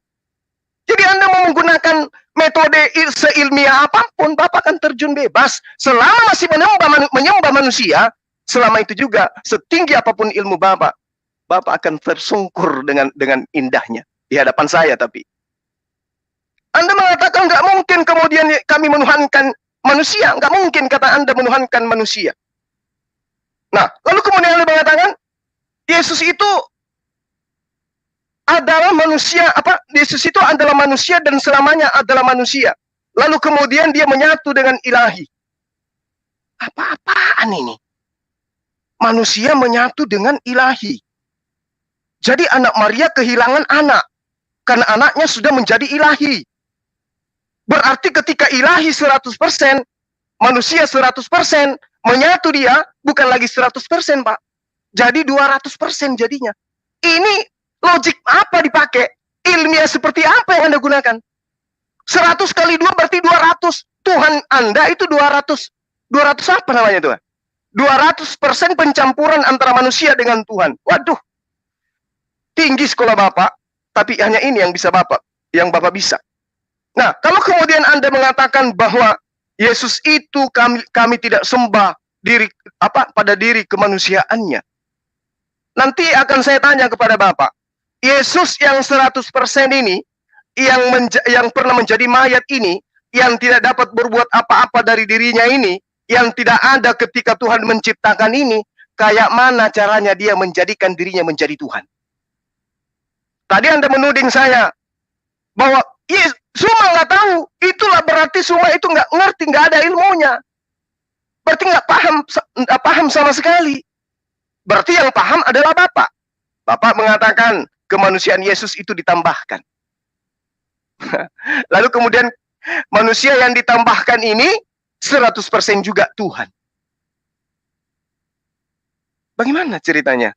100% manusia, 100% Tuhan. Sementara sisi kemanusiaannya ini adalah kemanusiaan yang ditambahkan, kemanusiaan yang dijadikan. Berarti Yesus ini adalah hal baru. Kalau dia hal baru berarti dia ciptaan. Kalau dia ciptaan berarti bukan Tuhan. Jangankan 100%, 0,1% pun tidak. Itu yang Anda harus patahkan. Kalau Anda ingin mengatakan, kamu nggak ngerti dua nafsur. Yang kami maksud Yesus Tuhan 100%, Yesus Tuhan 100% manusia. Apakah Anda ingin mengakui bahwa Tuhan Anda dua? Anda menuhankan manusia dan menuhankan ilahi? Apakah seperti itu? Silakan. Baik, waktunya sudah selesai. Ini kita akan masuk yang terakhir ya dari Pak Pendeta MYM. Itu akhir daripada sesi debat. Tapi beberapa hal yang saya catat dari apa yang disampaikan oleh Pak Ustadz Suma, yaitu mengenai natur kemanusiaan Yesus ditambahkan, yang berarti dibentuk. Kemudian soal Amsal 8 ya, oleh Pak Ustadz Suma itu bukan personifikasi hikmat ya, tetapi itu ditujukan kepada Salomo. Apakah demikian? Kemudian manusia Yesus menyatu dengan ilahi. Apakah kemanusiaan Yesus disembah? Kira-kira itu yang disampaikan oleh Pak Ustadz Suma. Dan pada akhir daripada sesi ini, Pak Pendeta MYM akan memberikan tanggapan yang sifatnya merangkum. Waktu akan berjalan ketika Pak Pendeta MYM berbicara. Dipersilakan Pak Pendeta.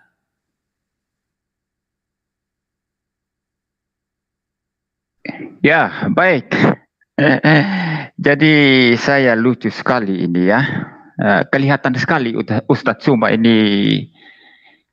Ya, maafkan saya ya. Saya bukan menyerang dia ya, tapi kelihatan sekali ini dia sebetulnya sama sekali tidak ilmiah ya.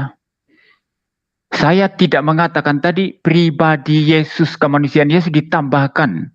Saya tidak sebut istilah pribadi. Orang Kristen itu kalau menggunakan istilah itu sangat ketat dan tidak sembarangan. Saya mengatakan natur manusia Yesus ditambahkan pada saat inkarnasi.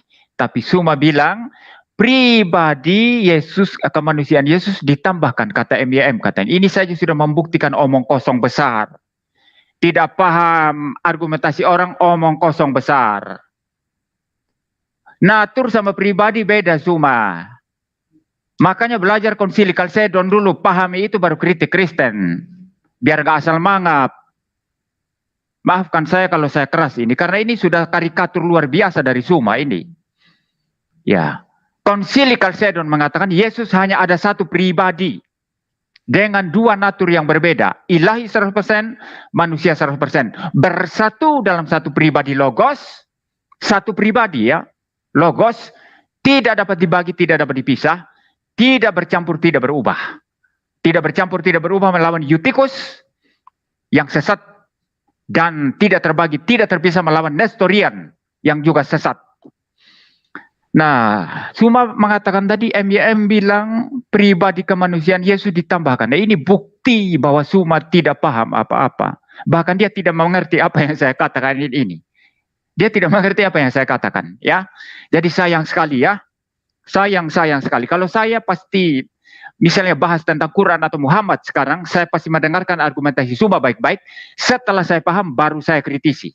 Tidak mungkin saya asal bicara seperti itu. Jadi harus dibedakan istilah pribadi dengan natur. Ya, jadi terbukti di sini Suma memang itu asal menanggapi saja ya. Omong kosong besar kalau saya boleh katakan. Yang kedua ya, mungkin saya masuk ke Amsal dulu ya. Ya, saya membaca ya, Amsal 8 ayat 22 ya. Dikatakan di sana, Tuhan telah menciptakan aku sebagai permulaan pekerjaannya, sebagai perbuatannya yang pertama-tama dahulu kala. Ini terjemahan LAI mengatakan demikian. Kami Kristen percaya terjemahan bisa keliru. Terjemahan bisa salah bahkan. Dan LAI di sini saya katakan keliru terjemahannya. Ya. Kalau dalam versi King James nanti saya merujuk juga kepada bahasa aslinya ya. Kalau dalam versi King James, New King James dikatakan, the Lord possessed me at the beginning of his way, before his works of old. Jadi the Lord possessed me artinya Tuhan memiliki aku. Tuhan memiliki aku. Ya, at the beginning of his ways, ya. Jadi istilahnya memiliki, ya, sebagai permulaan pekerjaannya. Itu dalam versi LAI, ya. Tapi kalau di King James ini, at the beginning of his ways, ya. Tuhan memiliki aku. Ini merujuk kepada Sang Firman, Sang Logos itu yang memang berada pada Bapa, ya. Sejak semula di dalam kekekalan. Di dalam bahasa aslinya ini ada istilah Kanani Yahweh, ya. Kanani Yahweh, ya. Possessed me Yahweh. Ya, istilah possessed tadi, ya. Maka Sang Logos ini dimiliki oleh Allah itu secara kekal. Ya, dimiliki oleh Allah secara kekal, ya. Bukan diciptakan. Lalu kemudian tadi dikatakan manusia Yesus itu layak disembah apa tidak? Karena persatuan kemanusiaan Yesus dan kealahannya yang sedemikian rupa di dalam satu pribadi Logos yang kita tidak bisa pisah tapi bisa dibedakan dengan jelas. Maka kita menyembah pribadi Logos itu yang adalah Allah 100% dan manusia 100%. Ya, jadi kalau kemanusiaan Yesus terinclude ke dalamnya, apa masalahnya? Sudah ada persatuan sedemikian rupa antara natur manusia dan natur kealahan Yesus. Maka menyembah pribadi Yesus yang adalah Allah 100% dan manusia 100% itu dilakukan orang Kristen. Dan itu no problem sama sekali. No problem sama sekali. Ya.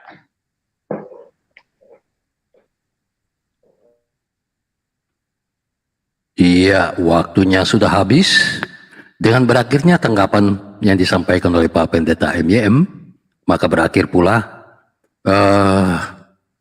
bagian ya debat itu, dan kita akan segera masuk pada battle round, ronde battle. Ya. Jadi saya ingatkan kembali apa yang disampaikan oleh Pak Pendeta MYM, bahwa orang Kristen menyembah Yesus bukan menyembah manusia saja, tetapi dia menyembah Yesus sebagai 100% Allah, 100% manusia. Pemirsa dan para netizen, kita akan segera masuk pada battle round. Dan untuk itu diberikan waktu total. Wah, saya pikir karena keduanya ini masih, ya, saya pikir masih menggebu-gebu ya. Masih juga penasaran, masih juga mau untuk saling sanggah menanggapi atau tanggap menanggapi dengan total. Maka saya pikir kita berikan waktu 20 menit ya. Tolong di setting 20 menit. Bukan 15, 20 menit. Timingnya tolong di setting ke 20. Bisa?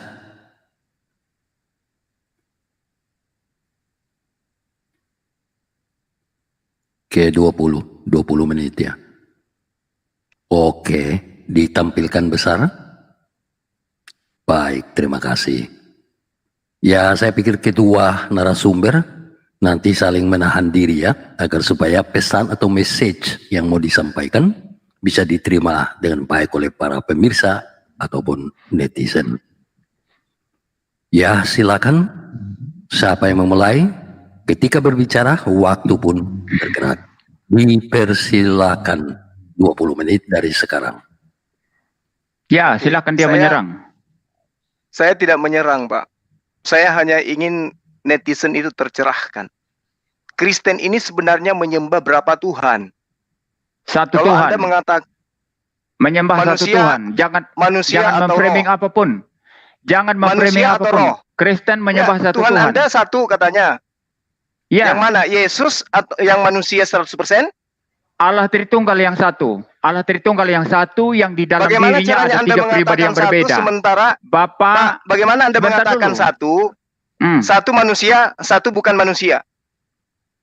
Makanya saya jelaskan, Anda dengar ya. Orang Kristen percaya menyembah Allah Tritunggal yang satu, yang di dalam dirinya sendiri ada tiga pribadi yang berbeda, Bapa, Anak, dan Roh Kudus. Tiga pribadi yang berbeda tapi nggak bisa dipisah, nggak bisa dicerai-beraikan, tapi bisa dibedakan dengan jelas. Dan pribadi kedua Sang Logos ini Dia mengambil natur manusia 100% pada saat inkarnasi. Sehingga naturnya sekarang adalah Allah 100% dan manusia 100%. Nah, kalau Anda tanyakan kepada saya, Anda menyembah satu Tuhan, yaitu Allah Tritunggal. Tidak ada Allah lain selain daripada Allah Tritunggal.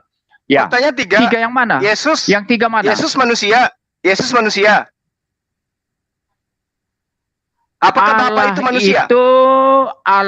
Allah itu satu hakikat, tiga pribadi yang berbeda. Hanya ada satu Allah. Tadi Bapak tiga dari mana? Tadi Bapak tadi merendahkan saya ketika saya mengatakan bahwa kemanusiaan Yesus itu adalah pribadi yang ditambahkan. Sekarang jelaskan dulu. Sekarang Anda mengatakan Tuhan Anda menjadi tiga pribadi. Yang mana yang benar ini? Tadi Anda marah ketika saya mengatakan bahwa memang tiga tadi pribadi. Anda marah ketika saya mengatakan bahwa kemanusiaan Yesus itu adalah pribadi yang ditambahkan. Tidak. Anda menertawakan saya. Kemanusiaan Yesus tidak. Dengar saya dulu, biar enggak asal ngoceh terus, Suma. Ya, dengar saya. Sekarang Yesus itu pribadi yang ditambahkan atau bukan? Dengar dulu. Kemanusiaan Yesus itu tidak punya pribadi sendiri. Dengar baik-baik. Itu natur manusia Yesus. Tiga pribadi atau satu pribadi, Pak? Kamu dengar dulu. Saya tanya tentang Quran, nanti kamu saya bukan siswa balik Anda. nanti. Saya bukan mahasiswa Anda. Ya? Dengarkan dulu. Anda mengatakan Yesus itu bukan pribadi. Nah, yang dikatakan tiga pribadi ini siapa aja? Dengar dulu, Suma, ya. Kemanusiaan Yesus tidak mempunyai pribadi manusia sendiri, ngerti enggak? Oke, karena kemanusiaan Yesus itu, dengar dulu, kemanusiaan Yesus itu otomatis mengambil bagian dalam pribadi logos ilahi, ya. Jadi kemanusiaan Yesus itu ada dua natur, bukan dua pribadi, ya. Ada dua natur yang berbeda yang bersatu dalam satu pribadi logos.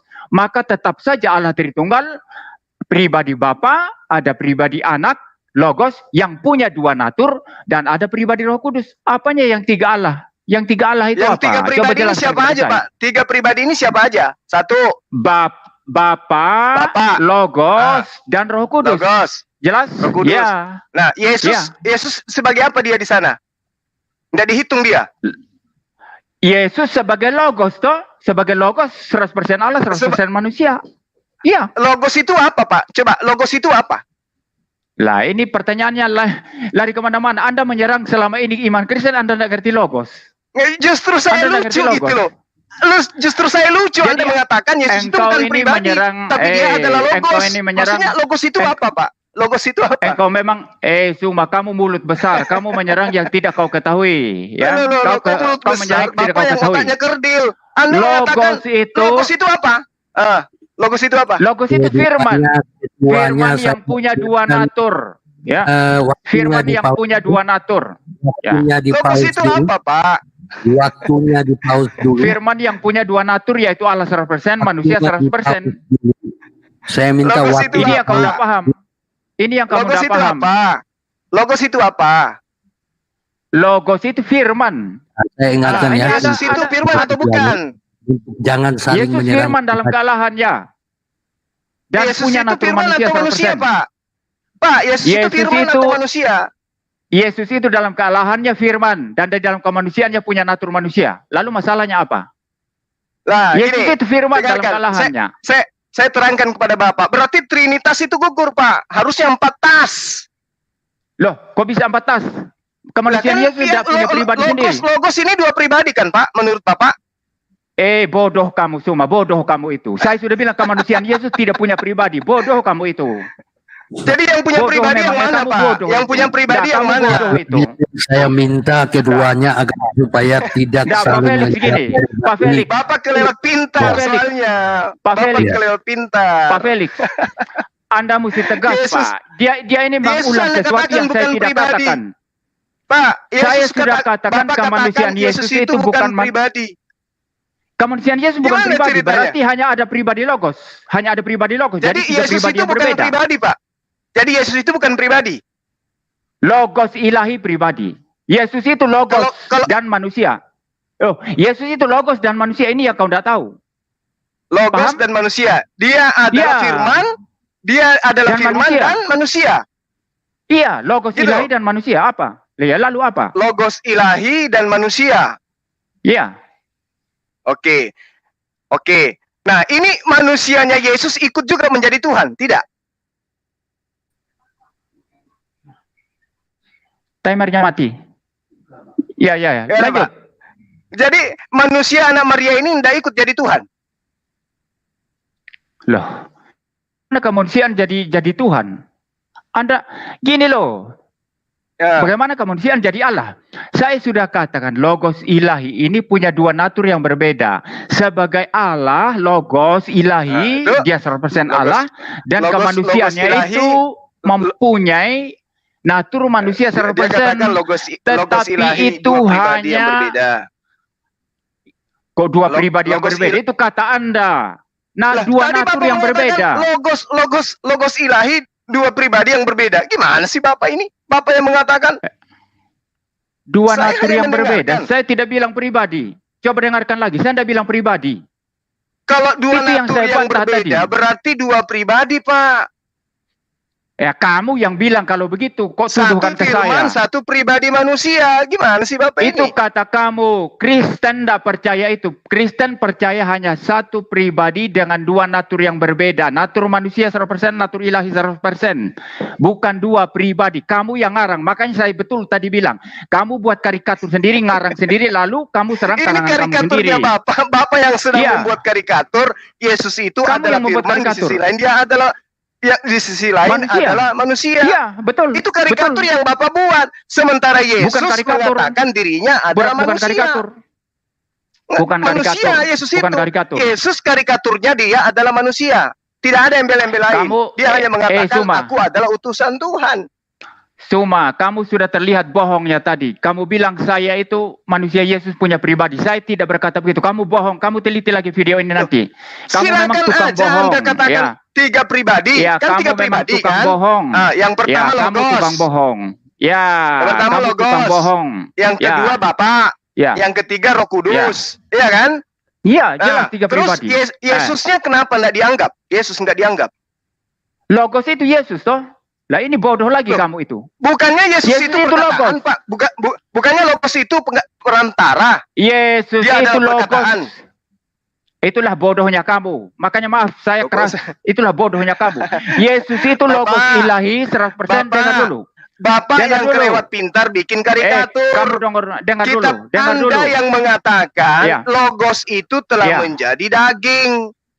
Gitu loh. Jadi daging itu bukan logos karena dia sudah menjadi daging, Pak. Baca kitabnya dengan baik. Masa saya ngajarin? Gimana, Pak? Cuma kamu diam dulu ya, biar gak tolol. Ya biar gak tolol. Maafkan saya keras ini karena kamu memang tolol. Gak apa-apa, Pak. Gak apa-apa. Orang jadi, pasti tahu. Setinggi-tingginya ilmu Bapak. Ku bilang dari tadi, Bapak kan terjun bebas. Yesus itu logos ilahi 100%, manusia 100%. Apa masalahnya? Yesus itu logos Allah 100%, manusia 100%. Oke, sekarang Tuhan Anda ada berapa? Apa? Satu. Ya, yang manusia atau yang logos ilahi? Saya sudah menjelaskan tadi, Allah Tritunggal Tuhan kami, Bapa, Putra, Roh Kudus, satu Allah dan tidak artinya tiga, Pak. Tunggal itu tiga itu artinya bukan satu. Tunggal ini adalah persatuan dari tiga hal, tiga pribadi. Bukan persatuan dari tiga hal. Ada satu Allah, di dalam dirinya ada tiga pribadi yang berbeda. Hanya ada satu Allah, di dalam dirinya sendiri ada tiga pribadi yang berbeda. Itu yang kamu nggak paham. Iya, saya katakan Tuhan Anda tiga pribadi, salah nggak? Itu yang kamu nggak paham, Suma. Sekarang kalau saya katakan bahwa Tuhan Anda tiga pribadi, salah nggak? Kalau saya katakan Tuhan Anda tiga pribadi, salah nggak? Betul, tiga pribadi. Nggak salah. Tiga pribadi. Nah, saya katakan kepada Anda, pribadi-pribadi yang Anda sembah itu satu adalah roh, burung merpati. Dalam hal ini Roh Kudus, yang kemudian Bapa yang bertanduk tujuh, bermata tujuh. Yang ketiga adalah anak Maria manusia. Betul? Tidak, salah itu. Itu salah. Loh, Roh Kudus bukan merpati. Itu hanya penampakan. Itu hanya penampakan. Iya, yang pernah menampakkan diri menjadi merpati. Nggak usah malu-malu. Jangan kamu dia pernah menampakkan diri jadi burung merpati. Giring-giring, Suma. Ya, Suma, kamu jangan giring-giring isunya. Gimana ceritanya? Dia pernah menampakkan diri Roh Kudus sebagai burung merpati. Penampakan. Roh Kudus itu penampakan. Lalu Tuhan menampakkan diri dalam rupa burung merpati. Yang Yesus kamu katakan itu tadi, apa namanya itu? manusia. bertanduk apa dan lain sebagainya, itu juga penglihatan itu dalam kitab Wahyu itu. Ya iya, penglihatan. Anda harus percaya penglihatan itu. Di dalam Karena yang melihat itu adalah Rasul kemanusiaannya Anda. itu adalah manusia ya, dan di dalam kealahannya itu adalah Allah 100%. Jadi orang Kristen percaya satu Allah ya. Jadi orang Kristen percaya satu Allah. Bapak, setelah Bapak kesimpulannya Tuhannya saya adalah satu ya. Tuhan Bapak itu ada 3 pribadi. Setelah sekolah tinggi-tinggi, ya kan? Anda menemukan Tuhan Anda 3 pribadi. Satu pribadi burung merpati, satu Tuhanmu, pribadi manusia, satu penampakan Bapak. Kan gitu, Pak? Cuma kalau saya bilang sekarang Tuhanmu ada 3. Tuhanmu ada 3. Pertama Allah, kedua Muhammad, 3 Quran. Ya, Tuhanmu ada 3. Bagaimana Anda bisa mengatakan bahwa Muhammad dan Al-Quran itu Tuhan? Bagaimana caranya? Apa logika Anda yang bisa susun? Ya, suka-suka saya menuduh. Nggak bisa begitu, Pak. Iya, suka-suka saya. Kalau Bapak kan sudah ngaku bahwa Tuhan saya adalah 3 dalam 1. Dengar dulu. Tuhanmu adalah itu Allah, lalu kemudian Quran, lalu kemudian Muhammad. Itu Tuhanmu 3. Nggak ada itu dalam Tuhanmu konsep 3. kami, nggak ada. Nggak ada dalam konsep kami, nggak ada. Nah, ini yang saya maksud karikatur. Makanya dengar saya sekarang. Di dalam agama Anda Yesus adalah Tuhan. Ini. Roh Kudus adalah Tuhan. Bapa adalah Tuhan. Ada nggak? Ada jelas. Ada kan? Nah, berapa jelas. Tuhan Anda? Ya. Nah, berapa Tuhan Anda? Jelas satu. Apakah Bapa adalah Yesus? Bukan. Ketahuan kan? Apakah Bapa adalah Roh Kudus? Bukan.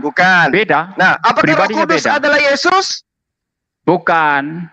Lalu apakah Roh Kudus adalah Bapa? Anda tanya-tanya muter-muter aja. Berarti muter-muter aja ada. Sekolah tinggi-tinggi ternyata hanya diajarkan jadi Tuhan Anda ada 3. Hanya mulut Anda yang mengatakan 1. Biar dianggap Tuhannya sama seperti Tuhannya orang Yahudi. Sekarang saya mau tanya kamu ya. Saya mau tanya, kamu jawab. Kamu ada berapa? Kamu ada berapa? Kamu ada berapa? Saya ada berapa? Satu pribadi, saya satu hakikat. Iya. Gimana? Jiwamu sama tubuhmu sama enggak? Jiwamu sama tubuhmu sama enggak? Saya satu pribadi, Pak. Satu pribadi saya. Antara jiwa dan rohku dan jasadku adalah satu pribadi. Ayo. Yang saya tanya, jiwamu sama tubuhmu sama enggak? Sama. Tubuh dan rohku ini adalah satu kesatuan, Pak. Jadi gini. Kesatuan, sama Pak. ya. Jadi gini. Tanganmu sama dengan pikiranmu kalau begitu. Pikiranmu sama dengan tanganmu kalau begitu. Sama. Ini satu pribadi, Pak. Satu pribadi saya, Pak. Tidak, yang saya tanya sama, Pak. Pikiranku, Pak. Tidak. Pak, enggak berpisah, Pak. Pada diri saya cuma satu pribadi. Pada diri saya cuma satu pribadi. Bukan itu yang saya tanya. Sama enggak? Sama enggak? Kan Tuhan Anda punya 3 pribadi. Kalau saya, kalau Anda menganalogikan Tuhan Anda, jangan lari ke sana dulu. Kalau Anda menganalogikan Tuhan Anda dengan saya, itu keliru besar. Saya tanya kamu. Itu keliru besar. Jangan lari ke sana dulu. Saya tanya kamu. Tanganmu sama jiwamu sama pikiranmu sama enggak? Gimana, Pak? Saya apapun yang ada pada Pak, saya apapun yang ada pada diri saya itu adalah satu pribadi, tidak terpisahkan antara tangan saya dengan pikiran saya. Satu pribadi utuh. Tapi saya tanya, tanganmu sama pikiranmu sama enggak? Itu jawab itu aja. Sama enggak? Ya nggak bisa disamakan karena tangan dan pikiran beda. Beda kan? Beda. Ya beda. Berarti ada, dengar saya sekarang. Berarti ada yang bisa satu tapi bisa dibedakan. Ada yang bisa satu tapi bisa dibedakan di dalamnya. Betul kan? Oh iya jelas, betul. Nah, Anda ingin mengatakan itu Tuhan kami. Dengar saya sekarang. Kan begitu? Itulah dengar saya sekarang. Dengar saya sekarang. Nyambung, Pak. Dengan demikian. Dengan demikian ada yang satu tapi bisa dibedakan. Allah satu apa bisa itu? Dibedakan di dalam dirinya. Apa itu, Pak? 3 pribadi yang berbeda. Bisa. Oh, jadi Anda ingin menganalogikan saya dengan Tuhan Anda. Jadi Tuhan Anda itu bisa dilogikan dengan makhluk. Sementara kitabnya orang Yahudi mengatakan, hendak dengan siapa engkau setarakan kami supaya kami sama. Ternyata bukan masalah menyamakan. Jawabannya bukan masalah menyamakan. Di hadapan Tuhan Pak M.Y.M. mengatakan, wahai Tuhan, aku hendak mempersamakan kau dengan Suma. Sekarang gini.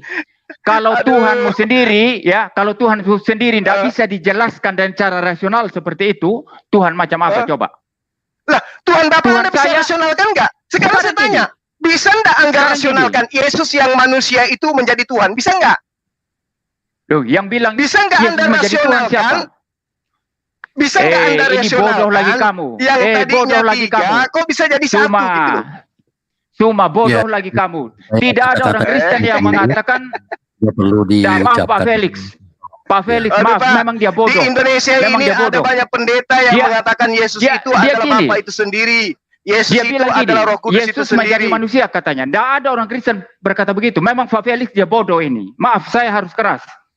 Saya tidak Nggak apa-apa, mengatakan Pak. manusia Yesus Nggak jadi apa-apa, Tuhan tadi. Bapak boleh, Ya, Bapak boleh manusia puas Yesus ngatain saya bodoh, goblok, mulut memang besar. bodoh. Nggak apa-apa, nggak Memang masalah. bodoh. Yang penting saya tidak menyembah Ya. manusia seperti Bapak, kan gitu. Memang bodoh.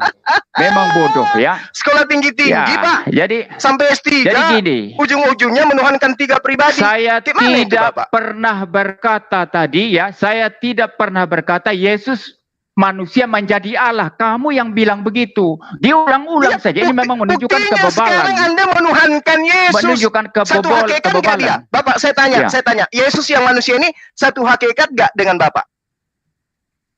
Kok Yesus yang Ayo. manusia? Ini goblok lagi. Yesus ini. yang manusia Yesus ini satu Logos. hakikat nggak? Iya, Yesus Logos Tidak. ini satu. Oh, tidak satu Yesus hakikat Logos dengan? ilahi. Yesus Logos ilahi yang satu ya. hakikat dengan Bapa. Bukan kemanusiaan Yesus, bukan kemanusiaan Yesus yang satu hakikat dengan Bapa. Bukan begitu. Bodoh Oke. lagi ini. Oke, jadi Yesus tidak masuk Maafkan di dalam. saya. Oke, nggak apa-apa, Pak, nggak apa-apa. Loh. Jadi Yesus itu tidak masuk di dalam kategori sembahan. Atau Bapak sembah Bodoh juga? lagi kamu. Ya, bodoh Oh, lagi. tunggu Saya dulu. sudah jelaskan tadi. Tunggu dulu, Bapak menyembah Yesus satu itu, Tuhan. dengar dulu. Bapak menyembah dengar satu dulu. Tuhan, katanya. Orang goblok. Orang goblok, dengar dulu. Orang goblok, dengar dulu. Jadi gini. Ya, Yesus itu, ya, Yesus Terima itu kasih, adalah Pak Logos, Yem, terima ya. kasih. Yesus itu Ya. adalah Logos. Yesus itu adalah Sekaligus Logos adalah yang menerima manusia. Logos. Segala Logos yang kau dengar berikan dulu. kepada aku telah kusampaikan kepada mereka. Dengar Logos dulu. terima Logos Jangan lari berarti, Pak, ya. kemana-mana. Jangan lari Yesus kemana-mana. menerima Logos, Yesus itu adalah 17:28. Logos Ah, dan manusia Yang menerima 100%. Logos. Itu faktanya itu. Dia tidak Iya. menerima Logos. Itu karangan Anda. Iya. Dia tidak menerima Sekarang Logos. ketika Anda menyembah, Dia tidak Bapak, menerima Logos. Anda menyembah Ya. Bapak menyembah di dalam gereja itu satu Tuhan, dua Tuhan, atau tiga Tuhan? Satu Tuhan. Anda tanya masuk nggak ulang-ulang. Yesus Saya di sudah jawab dalamnya? Enggak, saya tanya, Yesus- Yesus masuk nggak di dalamnya? sebagai pribadi Logos. Kenapa Anda masuk? Sebagai pribadi Logos. Kenapa Anda masuk? Berarti 100% manusia masuk juga di dalam sembahan Bapak. Yesus itu adalah Logos. Yesus itu adalah Logos, Iya, ilahi saya nggak peduli mau pribadinya. dia Logos, mau dia 100% linggis, nggak peduli manusia, saya. Sekarang ketika 100% Anda mengatakan Anda adalah hamba Tuhan, Ya, Anda menyembah Ya. Tuhan, Tuhan yang Anda sembah itu ada saya unsur menyembah manusianya. Tuhan. Dengar saya dulu. Dengar saya dulu. Biar gak Ya. bodoh terus ya. Ya, Dengar saya dulu. dengar. Ya, Saya menyembah Yesus Tuhan. yang adalah 100% Allah dan 100% manusia. Lalu apa masalahnya apa? Nggak berarti bisa pada dipisah. sembahan Anda, berarti Nggak pada bisa dipisah. sembahan Anda Ya. ada Ah. unsur kemanusiaan, betul? Ini jelas ada. Lalu apa? Kenapa? Oh, berarti saya katakan Anda menyembah manusia, boleh? Tidak, salah. Loh, Karena sesembahan saya adalah dengar dulu. Pak, Sesembahan saya sembahan adalah Anda Logos akui ilahi ada sisi 100% Allah, kemanusiaannya 100% manusia. 100%. Ya Dan jelas Anda ada, sembah. tapi tidak Ah. seperti yang sebodoh yang Anda katakan. Logos Oke. ilahi yang 100% Allah, 100% manusia. Saya sembah itu. Nah, Saya tidak berarti sembah ketika manusia Anda saja. menyembah, Anda sembah Saya juga tidak 100% sembah manusia manusianya. saja. Saya tidak sembah Berarti manusia Anda saja. Itu menyembah hanya sisi kebodohan Anda kemanusiaannya yang juga. mengatakan demikian.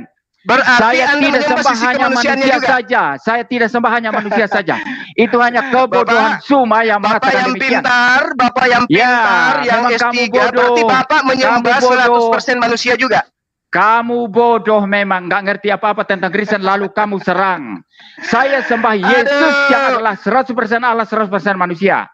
Saya sembah itu Yesus yang berarti adalah Anda menyembah 100% Allah, juga 100% 100% manusia, kan? manusia.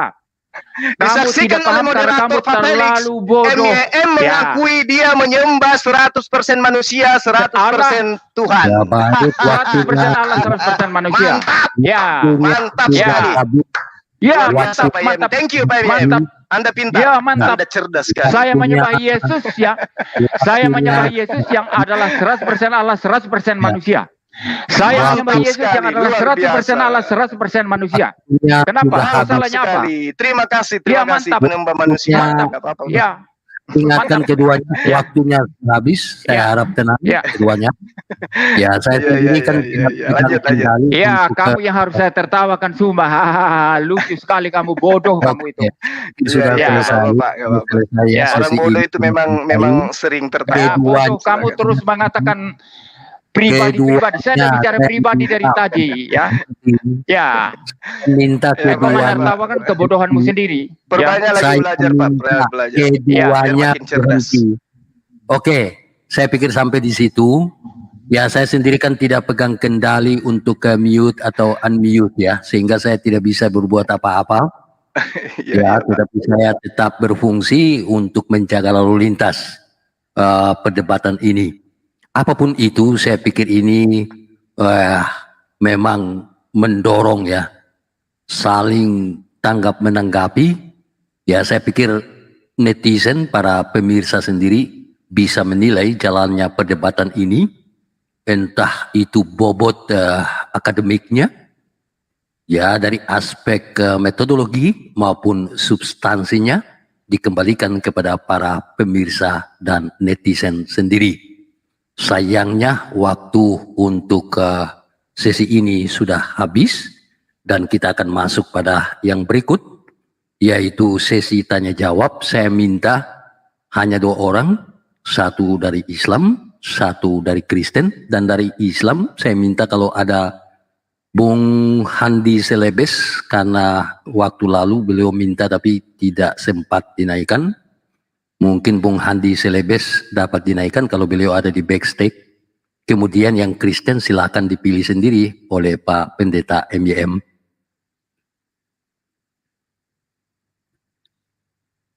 Siapa dulu, Kalau- Pak? Dari mana dulu? Dari Kalau mana dari- dulu, Pak? Ini bisa Kristen atau Islam?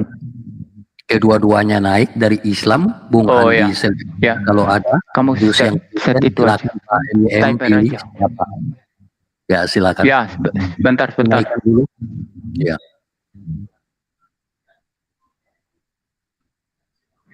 Ini dari Kristen ini, saya nggak tahu siapa yang Ya, masuk ini. Sebentar ya. Ada nggak dari Kristen yang masuk? Yang mau masuk? Coba lihat. Gue udah masuk nggak nih? Gue belum masuk gue nih. Udah masuk. Bung Andi sudah. Oh, udah ya.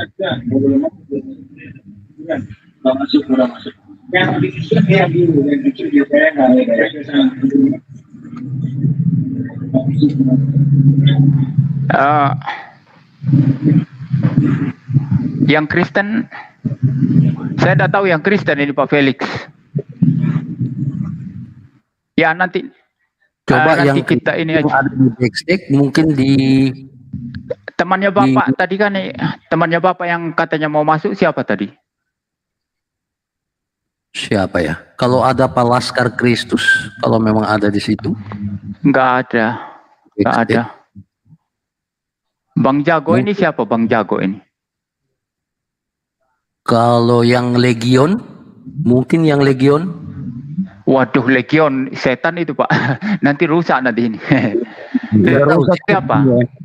apa itu Kristen atau Muslim? Legion tidak ada. Ada ini ya, siapa tahu ya. Pujangga T ini siapa? Coba Pak Pujangga mungkin dinaikkan. Apa beliau Kristen? Itu Kristen ya? Ya, saya naikkan ya. Kalau bukan Kristen diturunkan aja nanti. Iya. Atau Iya. gini aja Pak, biar satu orang penanya dari Islam, tapi pertanyaannya itu netral, jangan mengarah kepada Islam atau Kristen, tapi secara umum. Satu pertanyaan Enggak aja apa-apa. gitu. Itu Pak Pujangga Kristen ataukah Muslim? Saya dari Torah Pak, tapi saya netral. Tadi saya akan netral jawab pertanyaannya. Ada. Sepertinya Jangan, Yudaism ya. Jangan. Dari Yudaism ya. Iya, Bapak bisa mengerti. Assalamualaikum. Jangan yang Yudaism jangan. Tak remove aja ya. Ya mungkin ini dulu. Mungkin Pak Handi dulu enggak apa-apa. Nanti baru yang kalau ada yang Kristen dimasukkan nanti. Oh gitu. Oke, aturannya begini ya.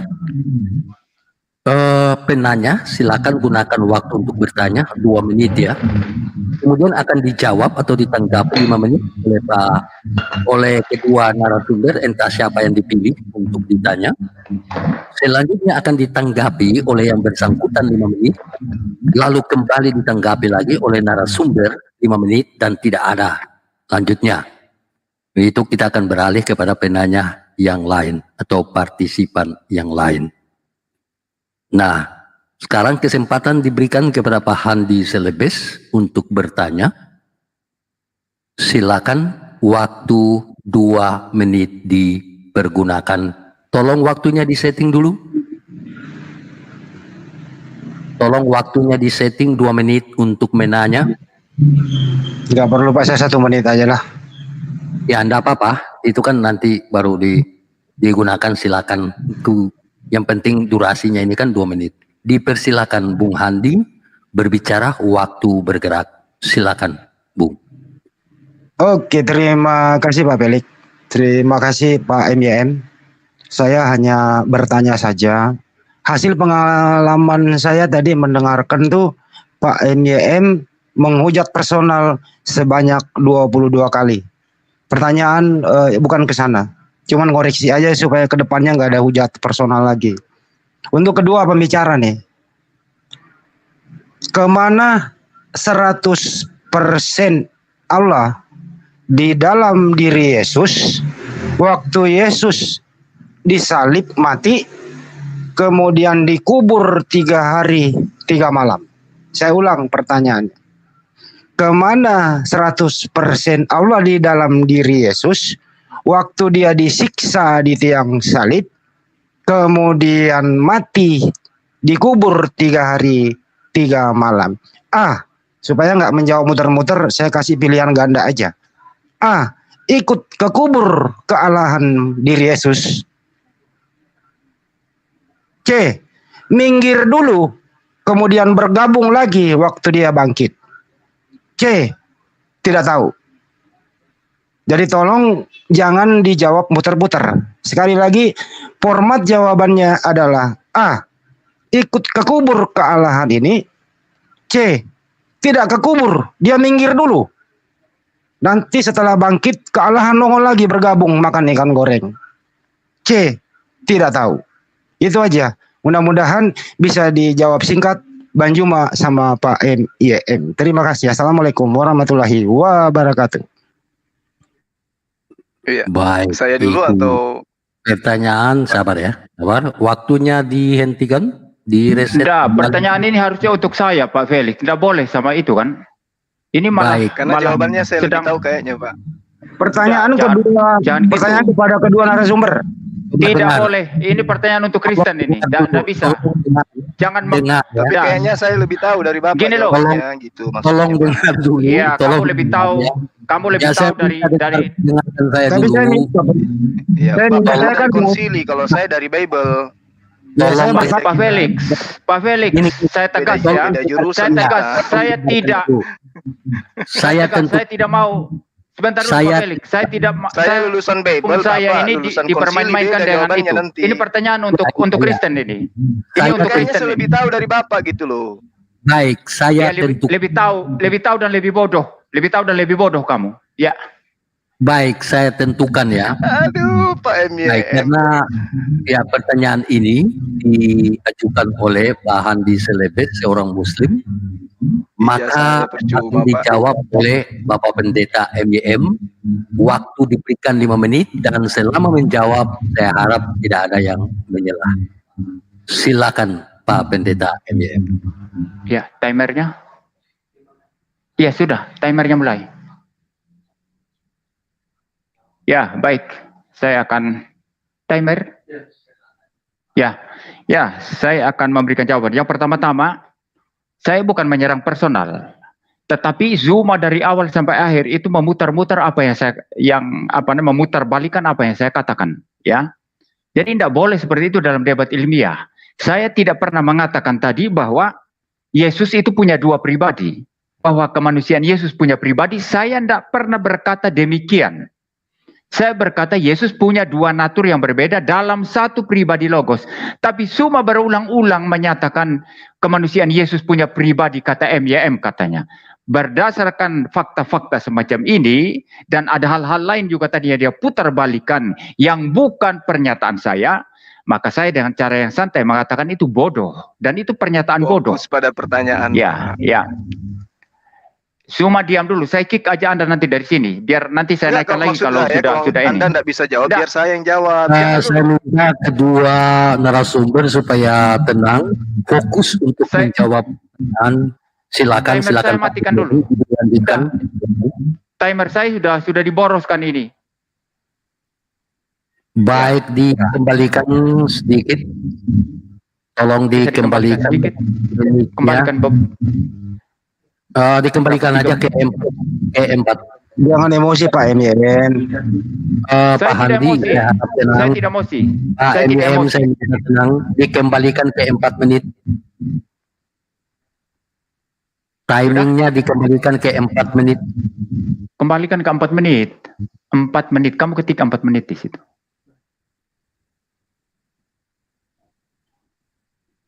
Ke 4 menit. Sebentar Pak, sebentar.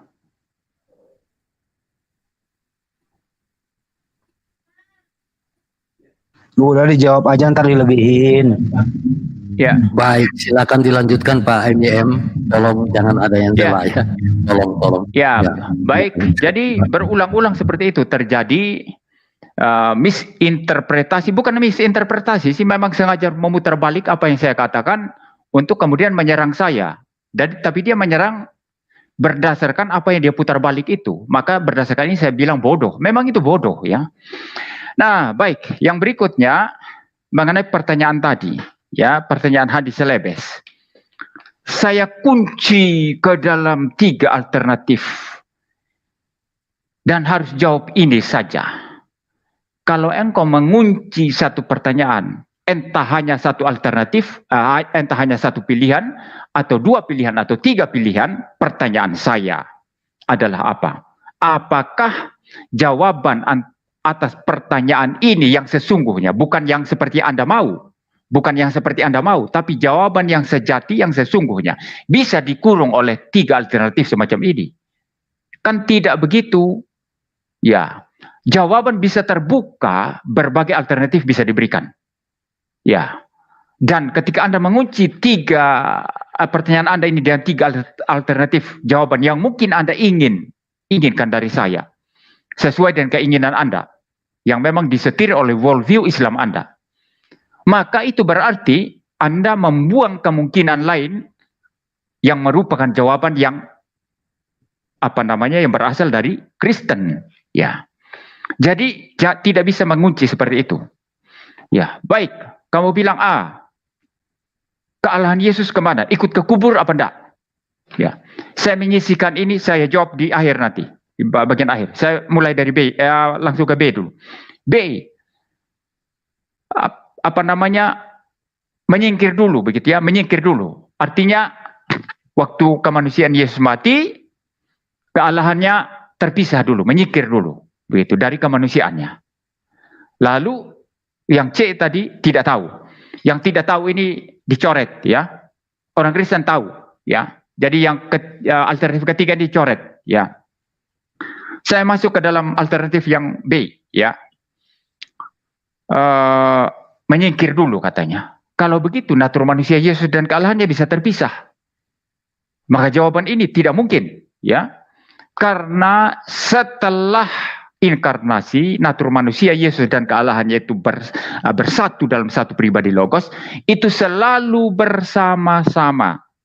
Dan natur manusia Yesus itu bukan hanya tubuh saja. Pertanyaan ini mengasumsikan itu bahwa natur manusia Yesus hanya tubuh. Tidak. Natur manusia Yesus itu adalah tubuh dan jiwa. Jiwa dan tubuh. Ya, dan jiwa kemanusiaan Yesus waktu mati menuju ke sorga. Jiwa kemanusiaan Yesus dengan Logos ilahi itu selalu bersatu. Yang jiwa kemanusiaan Yesus terbatas, Logos ilahi tidak terbatas, tetapi bersatu dalam satu pribadi Logos. Dan tidak berpisah. Bisa dibedakan dengan jelas, tapi tidak bisa dipisah, tidak bisa dibagi. Tidak bisa bercampur, tidak bisa berubah. Lalu bagaimana dengan mayat kemanusiaan Yesus. Ya, itu mirip dengan kematian manusia biasa pada umumnya, di mana rohnya atau jiwanya berpisah dari tubuhnya. Maka roh kemanusiaan Yesus atau jiwa kemanusiaan Yesus itu terpisah dari tubuhnya yang berada di kuburan. Tetapi itu bukan perpisahan antara natur manusia Yesus dengan natur ilahinya. Karena natur ilahi Yesus dan natur kemanusiaannya selalu bersatu sejak inkarnasi dan tidak pernah bisa dipisah. Bisa dibedakan dengan jelas, tapi tidak bisa dipisah. Ya. Waktunya sudah habis, dua natur itu tidak dapat dipisah. Ya, diberikan kesempatan kepada Bung Handi Selebes untuk memberikan tanggapan selama 5 menit, lalu kemudian akan ditanggapi balik oleh Pak Pendeta MYM, lalu beralih kepada penanya yang lain. Silakan Bung Handi, ya waktunya disetting dulu 5 menit. Ya, boleh Pak, tolong di-mute dulu. Pak Pendeta, di-mute dulu. Boleh menyangga ya Pak ya? Iya, silakan 5 menit diberikan, kemudian akan ditanggapi kembali oleh Pak MYM. Baik. Silakan, jalan. Baik. Terima kasih, jalankan saja. Ini Pak MYM ini sangat kesulitan dalam hal statementnya sendiri, karikaturnya sendiri, argumentasinya sendiri, pendapat liarnya sendiri, memberikan gelar kepada Yesus. Ibunya sendiri yang melahirkan dia itu nggak pernah mengatakan anaknya itu ada unsur kealahan pada diri anaknya. Ini MYM ini sekolah di mana? Seakan-akan dia lebih pintar daripada Bunda Maria yang merawat, menyusui anaknya, menjaga anaknya, memberi gizi kepada anaknya. Ibunda tercinta yang namanya Bunda Maria tidak pernah mengatakan kepada anaknya bahwa, hai anakku, hai Yesus anakku, Yesua Ammasia anakku, kamu ada unsur keilahian di dalam dirimu. Tidak ada. Makanya orang-orang siapapun di luar sana, termasuk MYM gitu ya, sampai dunia ini kiamat, Anda tidak akan bisa membuktikan karikatur yang Anda bawa malam hari ini. Ini mencerminkan Anda akan dijauhi oleh pendukung Anda malam ini. Lihat aja, penonton yang ada di channel Anda bergeser ke Handi Selebes dan bergeser ke Bang Juma. Insya Allah malam ini banyak yang bersyahadat akibat daripada nekat Anda melawan Bang Juma diskusi pada malam hari ini. Dengan mengeluarkan kata-kata bodoh, goblok selama 20 lebih. Jadi makanya Pak, tolong Anda jawab sekali lagi. Bahwa waktu Yesus mati di tiang salib, Eli Eli lama sabachthani, artinya kealahan di dalam dirinya sesuai karikatur Bapa meninggalkan dia. Saya bertanya, waktu pergi kealahan di dalam diri Yesus ini sesuai karikatur Anda, kemana kealahan ini pergi? Apakah kealahan ini masuk ke kubur menjaga mayat 3 hari 3 malam? Atau dia menyingkir saja kemana, melayang-layang di atas permukaan air? Setelah dia tahu 3 hari akan bangkit, dia akan bergabung lagi. Terus menghidupkan mayat ini. Setelah dia bergabung kembali, membangkitkan mayat ini, bangkit bareng-bareng untuk meminta ikan goreng. Agar dia menjadi 100% manusia, 100% Allah. Jadi argumentasi karikatur Pak MYM malam hari ini membuat merasakan malu yang amat sangat. Kenapa? Argumentasi Anda tidak akan bisa terpakai sewaktu Yesus dikubur.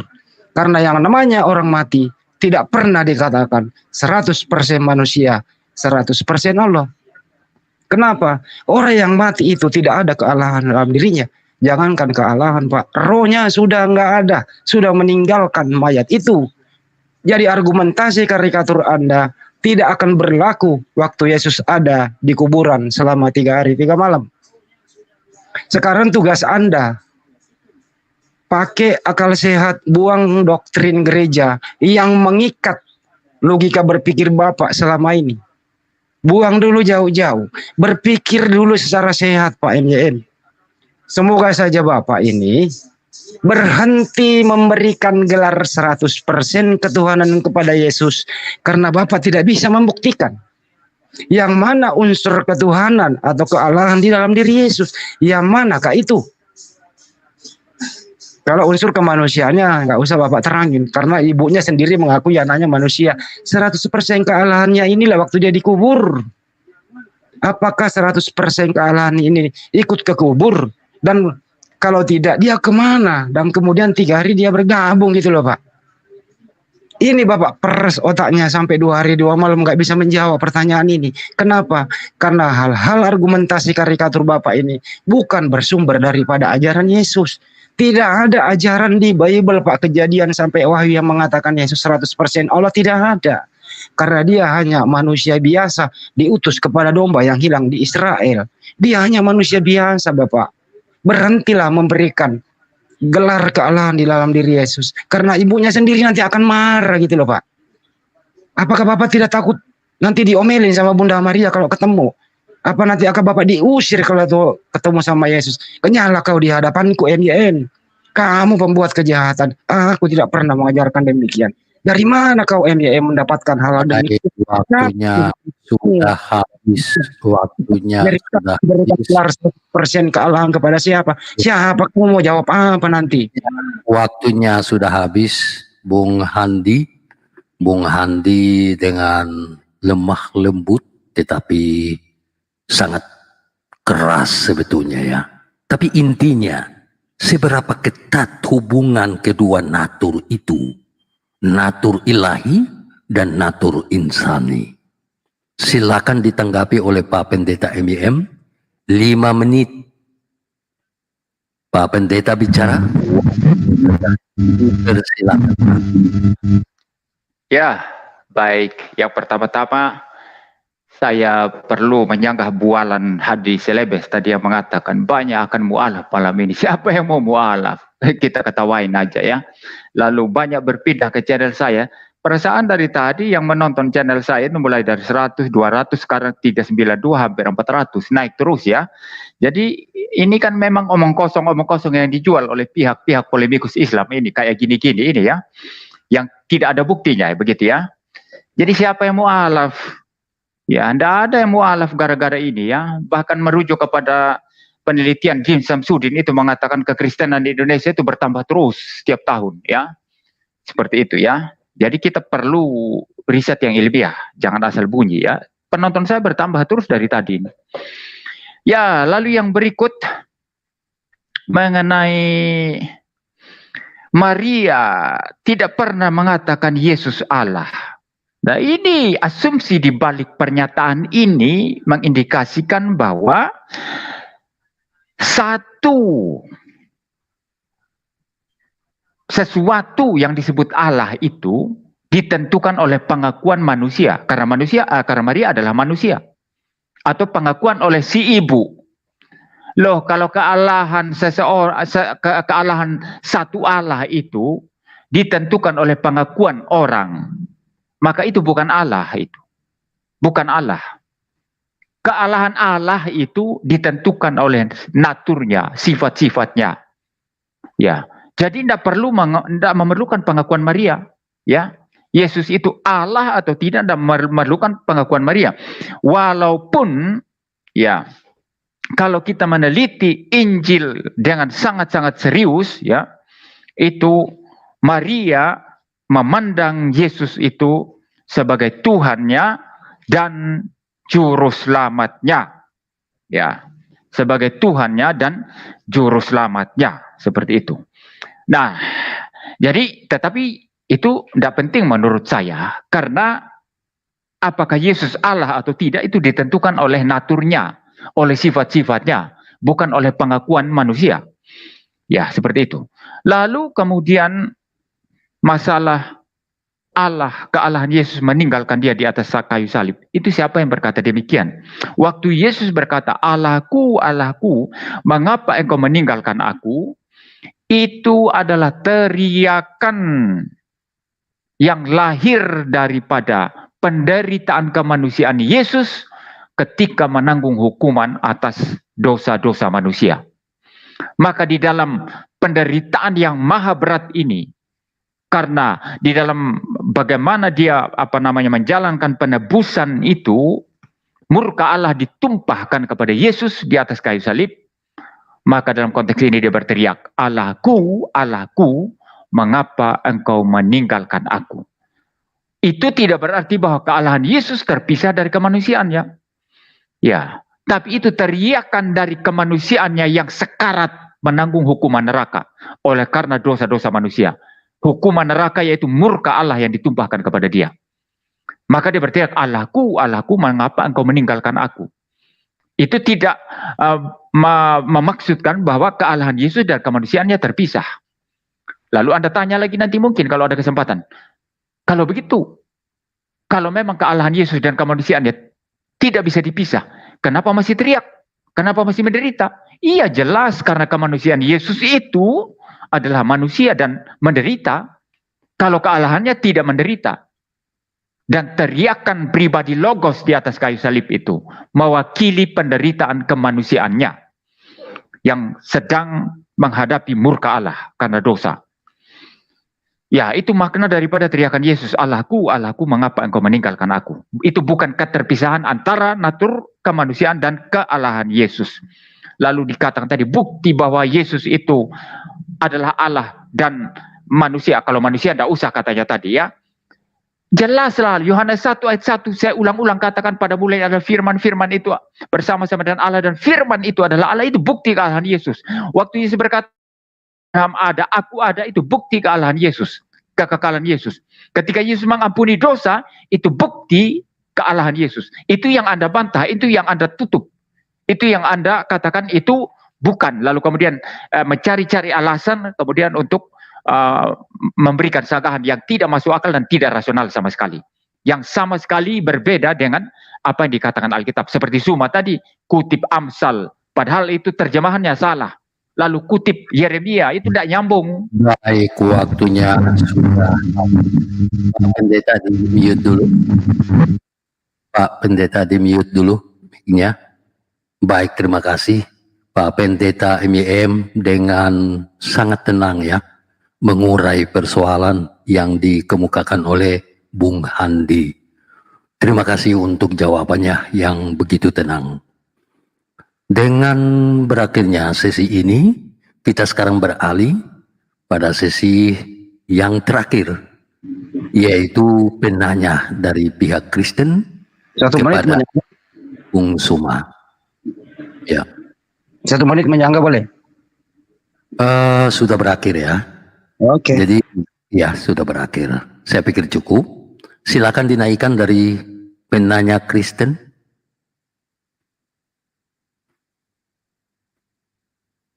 Pak Pendeta. Pak Felix, saya coba naikkan. Ditanya nanti ya. Ditanya kalau bukan dari Kristen ya terpaksa nanti Pak Felix saja yang bertanya. saya coba naikkan ya Pak. Saya coba naikkan Pak. Saya coba naikkan. Ini ada, coba saya siapa? Tunggu. Oh iya, saya siapa? Oke, saya tanya Pak, saya siapa? Tolong di mute dulu Pak Pendeta. Pak, saya siapa? Bisa buka mic-nya?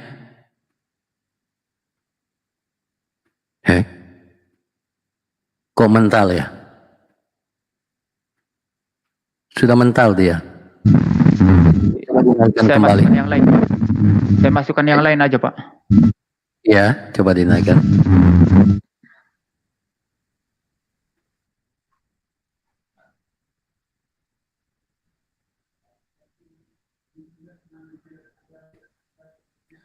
Siapa ya, ini? Selamat malam. Selamat malam. Black ya? Ya, iya. Selamat malam. Kristen atau Muslim? Saya Kristen, Pak. Bertanya-bertanya mau cuma. Oke, baik. Kristen ya? Ya. Oke. Baik. Waktu Anda untuk bertanya 2 menit. Akan ditanggapi 5 menit oleh Bung Suma. Kemudian dikembalikan Anda menanggapi balik 5 menit, lalu terakhir oleh Bung Suma 5 menit lagi. Waktu Anda 2 menit dari sekarang, waktu berjalan Anda berbicara. Dipersilakan. Ya, yang pertama-tama ya, saya mau mengucapkan apa ya sama Pak MM ya. Jadi ini topiknya tidak seimbang ya. Ini satu arah ya topik. Jadi bagaimanapun saya juga menanyakan kealahan dari pihak Muslim ya. Nah begini, Islam mengakui itu agama tauhid, sementara tauhid sendiri tidak ada di dalam Al-Quran. Apapun itu cari-cari tidak ada itu tauhid. Dan mereka mengakui bahwa tauhid itu adalah satu ya. Nah di dalam Islam tauhid itu adalah satu tok ya. Tetapi nyatanya mereka Allah SWT itu memiliki yang namanya 20 sifat Allah. Ya, pertanyaan saya ya, di mana berada 20 sifat Allah ini? Di dalam Allah itu sendiri yang 100%? Apakah Allah Anda 100%? Ya, pertanyaan pertama, Allah Anda itu 100% apa tidak? Ya, yang kedua, di mana berada 20 sifat Allah ini? Di dalam Allah itu sendiri, yang artinya kalau di dalam dia sama dong kayak dewa, lebih banyak daripada Kristen kan gitu. Atau dia melekat, berarti bisa lepas, ya 20 sifat Allah ini lepas. Atau di luar gitu, bisa dipanggil gitu. 20 sifat Allah yang namanya kekal, baka, Allah itu ya wujud gitu ya. Yang 20 sifat Allah ini. Berada di manakah Pak? Jadi intinya begini, pertanyaan saya. 100% yang dikatakan Allah itu bukan mutlak. Ya bahkan 20 sifat Allah ini harus ada di dalamnya. Bagaimana Anda menjelaskan bahwa Allah Islam itu adalah 100% Allah, tetapi di dalamnya ada 20 sifat Allah? Ya, yang artinya bahwa gugurlah bahwa pernyataan Islam itu Allahnya itu satu. Karena di dalamnya ada 20 sifat Allah. Silakan Bapak menanggapi, silakan nanti saya tanggapi lagi.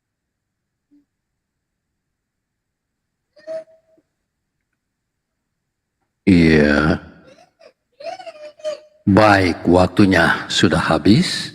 Jadi saya pikir Bung Suma, Ustadz Suma, udah bisa ya menangkap, memahami itu. Intinya, bagi Islam itu hanya ada satu Allah, tetapi bagaimana kaitannya dengan 20 sifatnya itu? Apakah masih boleh dikatakan hanya satu Allah? Tolong waktunya disetting dulu. Memang ini keluar, tapi saya pikir tidak problem. Bisa dijawab ya, dan saya minta fokus untuk menjawab pertanyaan itu. 5 menit untuk Pak Ustadz Suma. Anda berbicara, waktu pun bergerak. Dipersilakan Pak Ustadz. Oke, baik, makasih ya. Jadi kemudian ada upaya ya untuk menyamakan Allah Subhanahu wa taala dengan sembahan Kristen yang terdiri dari 3 pribadi. Kalau Allah Subhanahu wa taala itu telah menekankan dalam Al-Qur'an, A'udzubillahi minasyaitonirrajim, Bismillahirrahmanirrahim. Wa ma arsalna min qablika mir rasulin illa nuhi ilaihi annahu la ilaha illa ana. Kami tidak mengutus seorang rasul pun sebelum engkau Muhammad, melainkan kami wahyukan kepadanya bahwa tidak ada Tuhan yang berhak disembah selain aku. Nah, aku di sini adalah hakikat yang berdiri sendiri, yang kemudian memiliki sifat. Kemahakuasaan Allah sebagai pencipta langit dan bumi itu memiliki sifat. Yang saudara maksud tadi adalah sifat 20 yang melekat pada diri Allah. Jadi saya jelaskan. Sifat-sifat ini kemudian dikelompokkan menjadi 4 sifat. Yang pertama adalah nafsiyah. Sifat yang berhubungan dengan esensi Allah itu sendiri. Sifat wajib Allah yang termasuk ke dalam bagian ini diantaranya adalah wujud. Wujud itu adalah ada. Nah, kemudian yang kedua adalah sifat salbiyah. Apa itu? Sifat-sifat yang hanya dimiliki oleh Allah seperti baka, ya, wakalaful il hawadisi atau qiyamuhu binafsihi atau wahdaniyah. Jadi yang dimaksud di sini adalah bagaimana kemudian Allah itu Maha Esa berdiri sendiri. Kemudian qiyamuhu binafsih, dia ada tanpa ada sekutu pada dirinya. Lalu kemudian lil hawadisi, berbeda dengan makhluk, berbeda dengan apapun. Dia berdiri sendiri, laisa kamitslihi syai'. Lalu kemudian yang ketiga adalah sifat ma'ani. Sifat-sifat yang berhubungan dengan perbuatannya itu sendiri. Di antaranya adalah iradah, ilmu, hayat, sama, basar, kalam. Di mana ilmu-ilmu ini adalah dia yang memiliki sendiri. Maha mengetahui, maha berkehendak, maha berkuasa, ya, maha mendengar. Dan itu tidak dimiliki oleh makhluknya, tidak dimiliki oleh esensi lain. Yang lain cuma mendengar, dia maha mendengar. Lalu kemudian yang keempat itu adalah sifat ma'nawiyah. Apa itu? Sifat-sifat yang melekat pada dirinya yang terkait dengan sifat-sifat ma'ani yang tadi. Terkait dengan sifat yang ketiga tadi. Apa itu? Maha berkata, maha berfirman, maha melihat, maha mendengar, maha hidup, maha mengetahui, maha berkehendak, maha kuasa, berfirman, dan seterusnya. Itulah Allah. Makanya Islam sederhana kali ketika ditanya tentang konsep ketuhanan. Termaktub di dalam surah Al-Ikhlas. Ya, di dalam surah Al-Ikhlas itu sudah sangat jelas konsep Islam terkait dengan ketuhanan. Tidak seperti yang digambarkan oleh pendeta MYM, sekolah tinggi-tinggi, tapi faktanya terjun bebas ketika ditanya tentang konsep ketuhanan. Qul huwallahu ahad. Katakanlah kepada mereka, wahai Muhammad, Allah adalah Tuhan yang berdiri sendiri, tanpa sekutu, tanpa ada embel-embel, menjelma, inkarnasi, dan seterusnya. Dia ahad. Utuh dia. Dia tidak 3 pribadi, atau 10 pribadi, atau 20 pribadi, lalu dikatakan satu. Itu adalah doktrin dogma yang mematikan akal. Yang kedua dikatakan Allahus Samada. Allah tempat meminta segala sesuatu. Jadi Allah itu sumbernya segala sesuatu. Bukan Tuhan itu meminta. Seperti Tuhannya Pak MJM. Minta kepada Tuhan, Tuhannya umat Islam. Mengenegahkan tangan ke langit. Ya Bapak. Itu bukan Tuhan itu makhluk. Dan ternyata di ending dialog, Pak MYM mengakui bahwa dia menyembah kepada makhluk yang meminta kepada Tuhan yang ada di langit. Allahus Samada. Dan yang ketiga, lam yalid wa lam yulad. Allah yang kami sembah tidak beranak dan tidak pula diperanakkan. Sementara Tuhannya Pak MYM, begitu Maria ngedan, dinetein dia. Dan itu Tuhannya Pak MYM. Dan dia katakan tadi 100% manusia juga ikut di dalam keterlibatan dalam penyembahan. Tuhan kami adalah 100% manusia, 100% ilahi. Dan itulah yang kami sembah. Berarti sembahannya ada unsur kemanusiaan. Ada unsur makhluk yang pernah netek sama emaknya. Itu tidak disifati oleh Allah Subhanahu wa Ta'ala.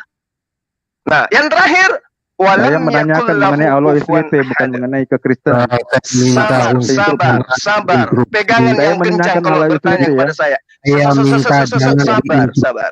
Walam yakul lahu kufuwan ahad. Dan tidak ada sesuatu yang setara dengan dia. Yesus setara dengan Paulus, Yesus setara dengan Nikodemus, Yesus setara, bahkan Pak MYM lebih hebat daripada Yesus. Karena MYM lebih tahu Yesus daripada Yesus itu sendiri. Yesus tidak pernah tahu dirinya kalau dia adalah 100% Tuhan. Tapi MYM tahu kalau Yesus adalah 100% Tuhan. Demikian.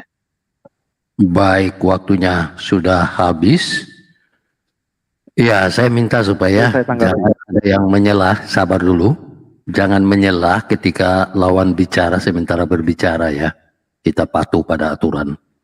Sekarang 5 menit waktu diberikan kepada Anda, Pak Desok, untuk silakan menanggapi balik apa yang disampaikan oleh Pak Ustadz Suma.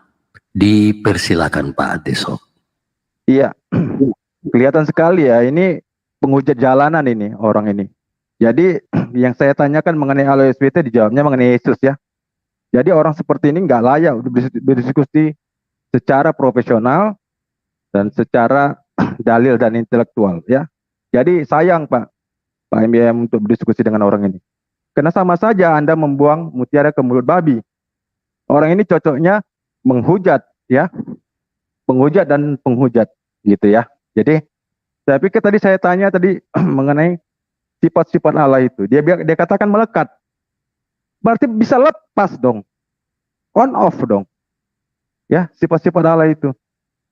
Jadinya kelihatan sekali ini Muslim nggak ngerti mengenai Allah SWT-nya sendiri. Seharusnya itu di dalam. Jadi kalau di dalam dia nggak akan bisa keluar dan nggak akan bisa lepas ya. Tetapi apa kata dia? Dia bilang melekat. Ya, menempel, mentah nggak tahu saya dia pakai lem apa ini bisa nempel begini. Ya, jadi seperti ini orang-orang seperti ini kurang ilmu Pak MYM. Sama saya di teman Telebes tadi ya. Telebes tadi itu orangnya penghujat juga ya. Jadi ditanya dia Pak MYM menghina pribadi, tetapi dia sendiri menghina pribadi Pak MYM.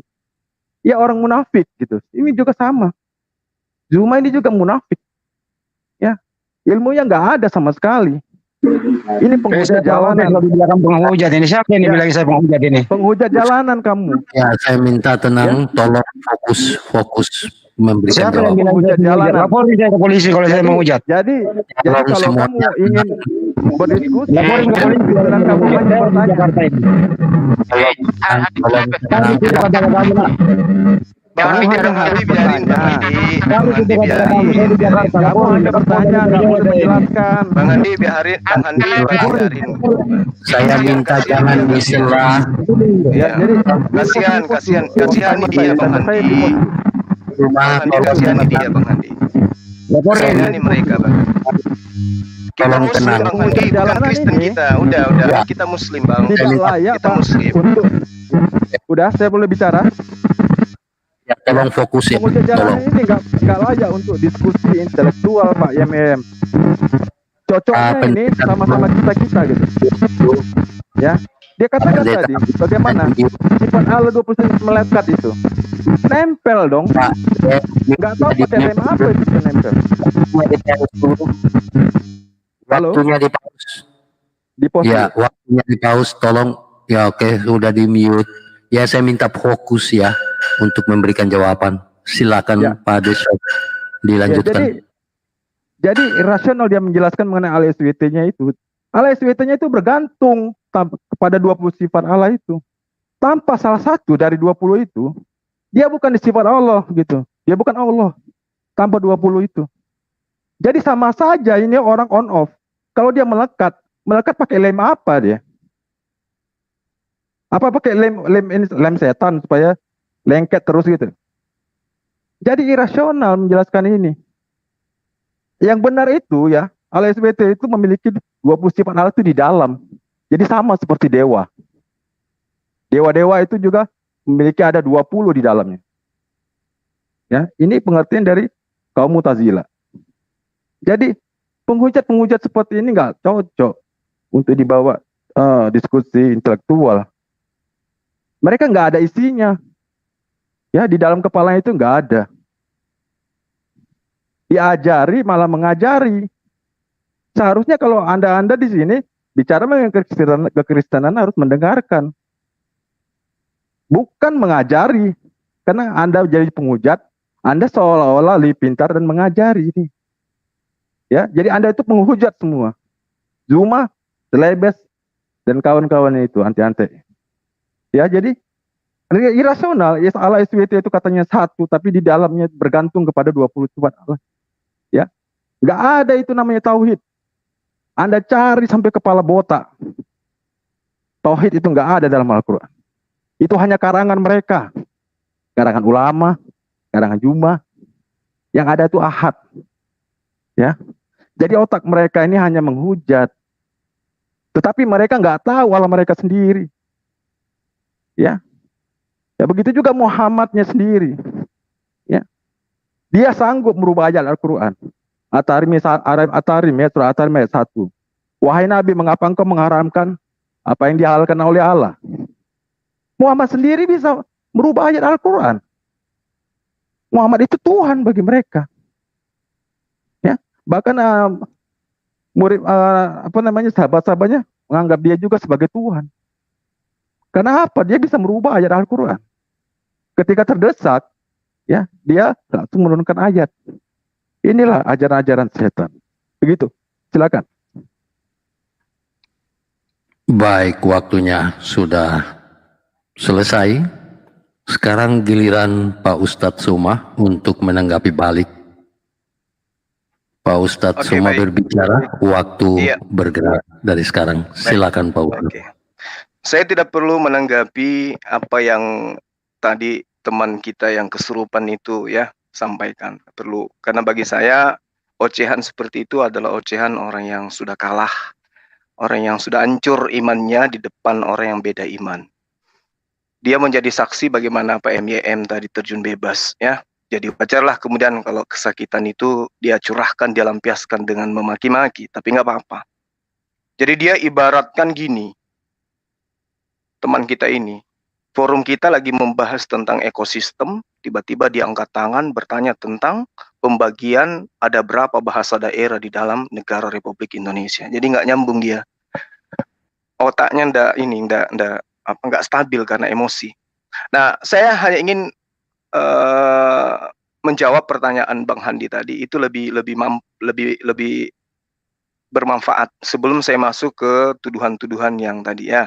Jadi ketika Bang Handi bertanya Tuhannya Yesus berada di mana pada saat Yesus mati di dalam konsep Kristen, itu dijawab oleh Bible, kitabnya orang Yahudi, bahwa Tuhannya Yesus berada di tempat yang tinggi.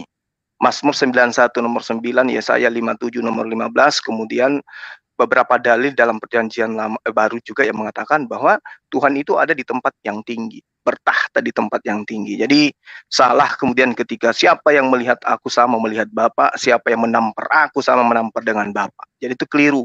Ketika dikatakan sudah sekian lama engkau bersama aku Filipus, tapi engkau bertanya di manakah Bapa itu? Barang siapa yang melihat aku sama melihat Bapa, itu maksudnya bukan begitu. Jadi Yesus itu bukan Bapa, dan itu sudah diakui oleh Pak MYM. Bahwa Yesus bukan Bapa, Yesus itu adalah manusia, tapi ada sisi keilahiannya. Nah, itulah yang membuat penanya Kristen tadi itu emosi. Jadi terkait dengan sifat Allah, terkait dengan tauhid. Tauhid itu adalah konsep akidah. Ya, tauhid itu konsep akidah. Tauhid itu adalah mengesahkan Allah. Sama dengan Tritunggal. Di kitab Anda pun tidak ada dalilnya Tritunggal itu, tapi karikatur yang Anda buat. Berbeda dengan kami. Kalau kami itu dalilnya jelas ada. Wa ma arsalna min qablika min rasulin illa nuhi ilahi annahu la ilaha illa ana. Itulah tauhid. Tidak ada hakikat Tuhan selain aku. Kalau di dalam Yesaya, kitabnya orang Yahudi yang kalian ambil, itu jelas dikatakan Yesaya 45 nomor 6. Manusia semua harus tahu. Jadi yang bukan manusia boleh nggak tahu. Kalau manusia wajib tahu kata data itu. Semua manusia harus tahu bahwa akulah Tuhan, tidak ada Tuhan di luar aku. Nah, kalau kalian tidak merasa manusia, maka tidak kena terhadap dalil itu. Tapi kalau Anda merasa manusia, maka tinggalkan menuhankan Yesus. Kenapa? Karena menurut data itu tidak ada Tuhan di luar dia. Sementara Yesus di luar daripada Tuhan itu sendiri. Anda percaya? Tanya Pak MYM. Yesus selamanya 100% manusia, berarti dia di luar daripada Tuhan. Tapi ketika ditanya, apakah pada saat Anda menyembah di situ juga ada Yesus? Katanya iya. Berarti menyembah ciptaan dan menyembah pencipta. Itu, sesatnya di situ. Tapi jangan emosi lagi ya, kawannya, santai. Ketika Al-Quran menerangkan bahwa Allah memiliki sifat, bukan berarti sifat dalam arti kata seperti Yesus yang ditempel sifat ketuhanan kepadanya. Bukan begitu.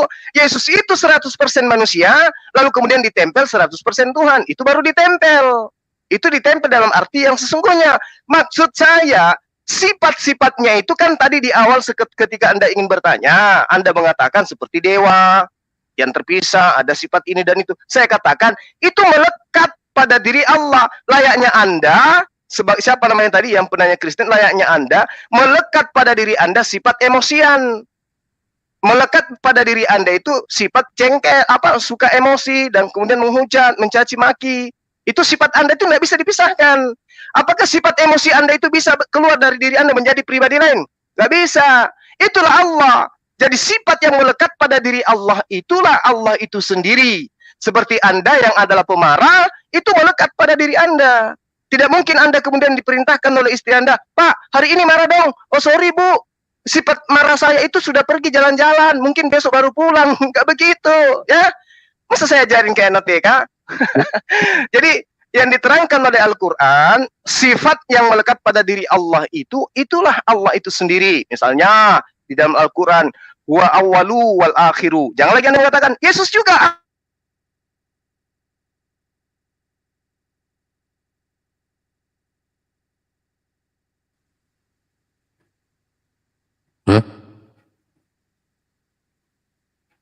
Kok Pak Ustadz terpental ya? Ada itu. Iya, tapi suaranya tidak muncul ini. Coba. Waduh. Ya, boleh saya nanggapi? Waktunya sudah habis dan tidak ada lagi tanggapan balik ya. Tidak ada lagi tanggapan balik. Memang aturannya sudah seperti itu ya. Jadi saya mohon maaf Pak Desop. Dengan berakhirnya sesi ini, maka kita beralih ke bagian akhir debat ini. Ya, tolong di-mute dulu. Pak Pendeta, tolong di-mute dulu. Pada bagian akhir ini akan diberikan kesempatan untuk closing statement dan kesimpulan dari masing-masing narasumber. Sebetulnya yang pertama akan diberikan kepada Pak Ustadz Suma, lalu yang terakhir oleh Pak Pendeta MIM. Tapi saya pikir kita tunggu sebentar Pak Ustadz Suma. Oh, udah balik. Pak Suma, udah bisa Ya, dengar? Saya dengar, Ya, saya dengar Bang, saya dengar. Tadi terpental, waktunya terbuang beberapa detik itu enggak apa-apa ya? Enggak apa-apa Pak, halal. Silakan. Oke. Nah, sekarang waktunya kepada Pak Ustadz Suma untuk memberikan closing statement dengan kesimpulan yang diperlukan selama 5 menit, menit, kemudian 5 menit. Sesudah itu baru Baik. Pak MIM untuk mengakhiri semua ini. Tolong di setting waktunya 5 menit, tolong. Waktunya di setting 5 menit. Baik. Ya, Anda berbicara sekarang Pak Ustadz Suma, waktu pun berjalan. Silakan Pak. Baik, terima kasih Pak Felix. Anda sebagai moderator, saya salut pada Anda, luar biasa ya.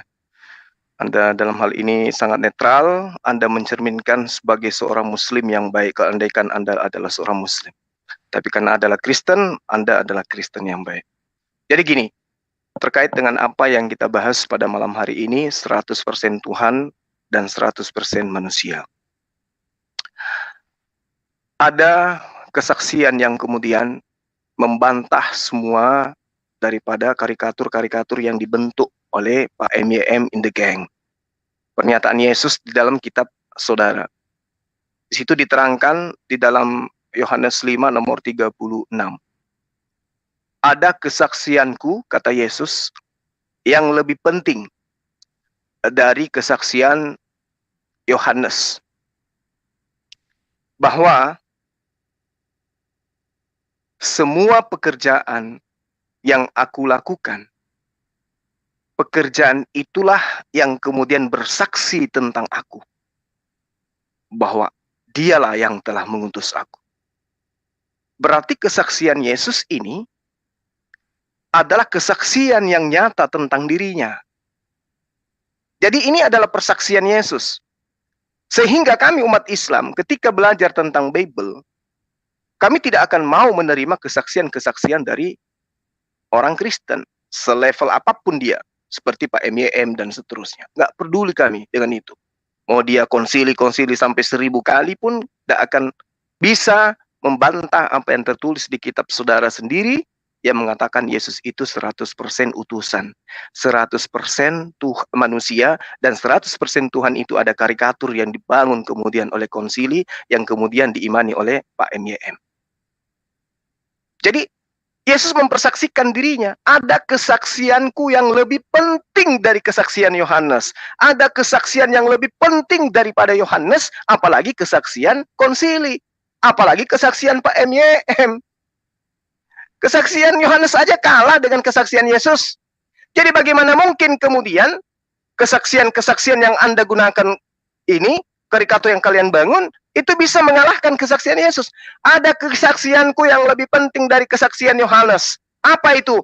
Bahwa semua pekerjaan yang aku lakukan, pekerjaan itulah yang bersaksi tentang aku, bahwa dialah yang telah mengutus aku. Berarti aku adalah Rasulullah.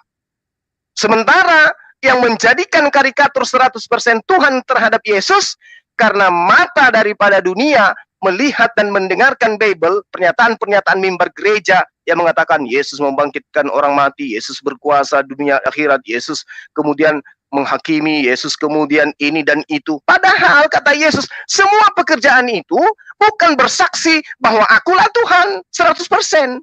Aku manusia 100%, tapi pekerjaan itu bersaksi bahwa aku adalah utusan Tuhan. Oke ya. Kemudian, ini oleh-oleh buat teman-teman.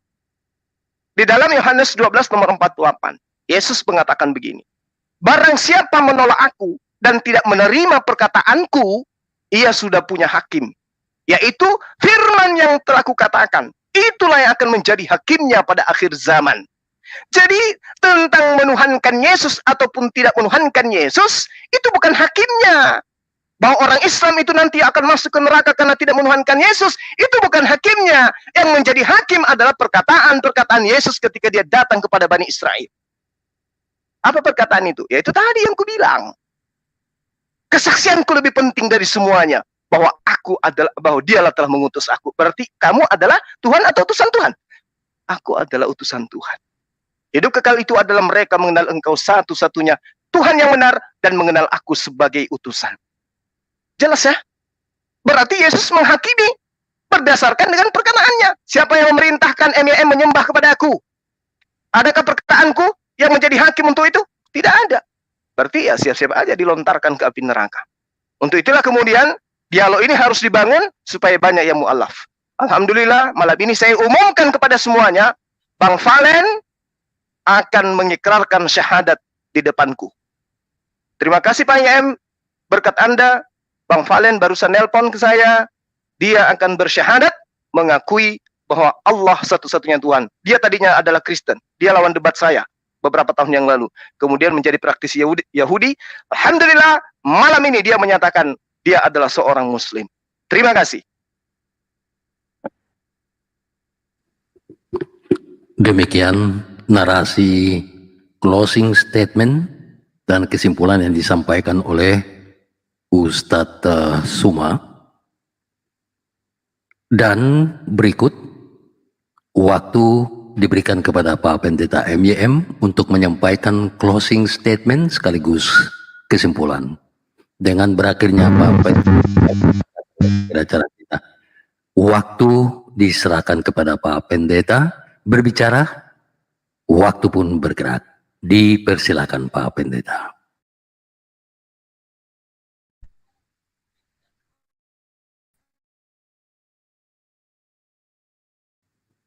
Halo, Pak Pendeta. Bentar. Tolong di pause dulu waktunya. Ya, dikembalikan ke 5. Baik, Pak Pendeta. Silakan. Anda berbicara waktu bergerak. Ya, baik. Yang pertama-tama lucu sekali saja Suma ini ya, bangga sekali Valen akan bersyahadat, tapi itu sekaligus akan menyatakan kepada orang-orang Kristen siapa Valen sebetulnya. Kalau betul ya, ini seandainya betul yang dikatakan Suma bahwa Valen akan bersyahadat, karena memang orang Kristen selama ini mengatakan Valen itu ya Yudaism KW ya, Yudaism KW begitu ya, dia sebetulnya adalah Muslim begitu ya. Ya Yudaism KW ya pindah ke Islam. Itu hanya membuktikan sebetulnya permainan-permainan semacam ini adalah permainan-permainan yang terlihat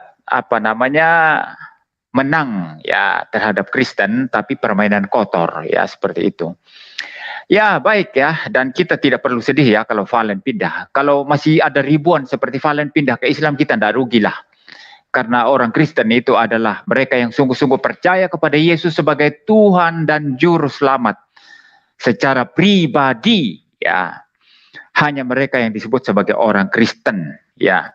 Jadi yang Kristen KTP, yang Kristen abal semua ke Islam, Kristen tidak rugi apa-apa, sama sekali tidak rugi ya. Lalu yang kedua, saya tidak perlu lagi menanggapi omong kosong daripada Suma tadi ya, yang kutip-kutip ayat dan ditafsir seenaknya sendiri, sesukanya sendiri ya.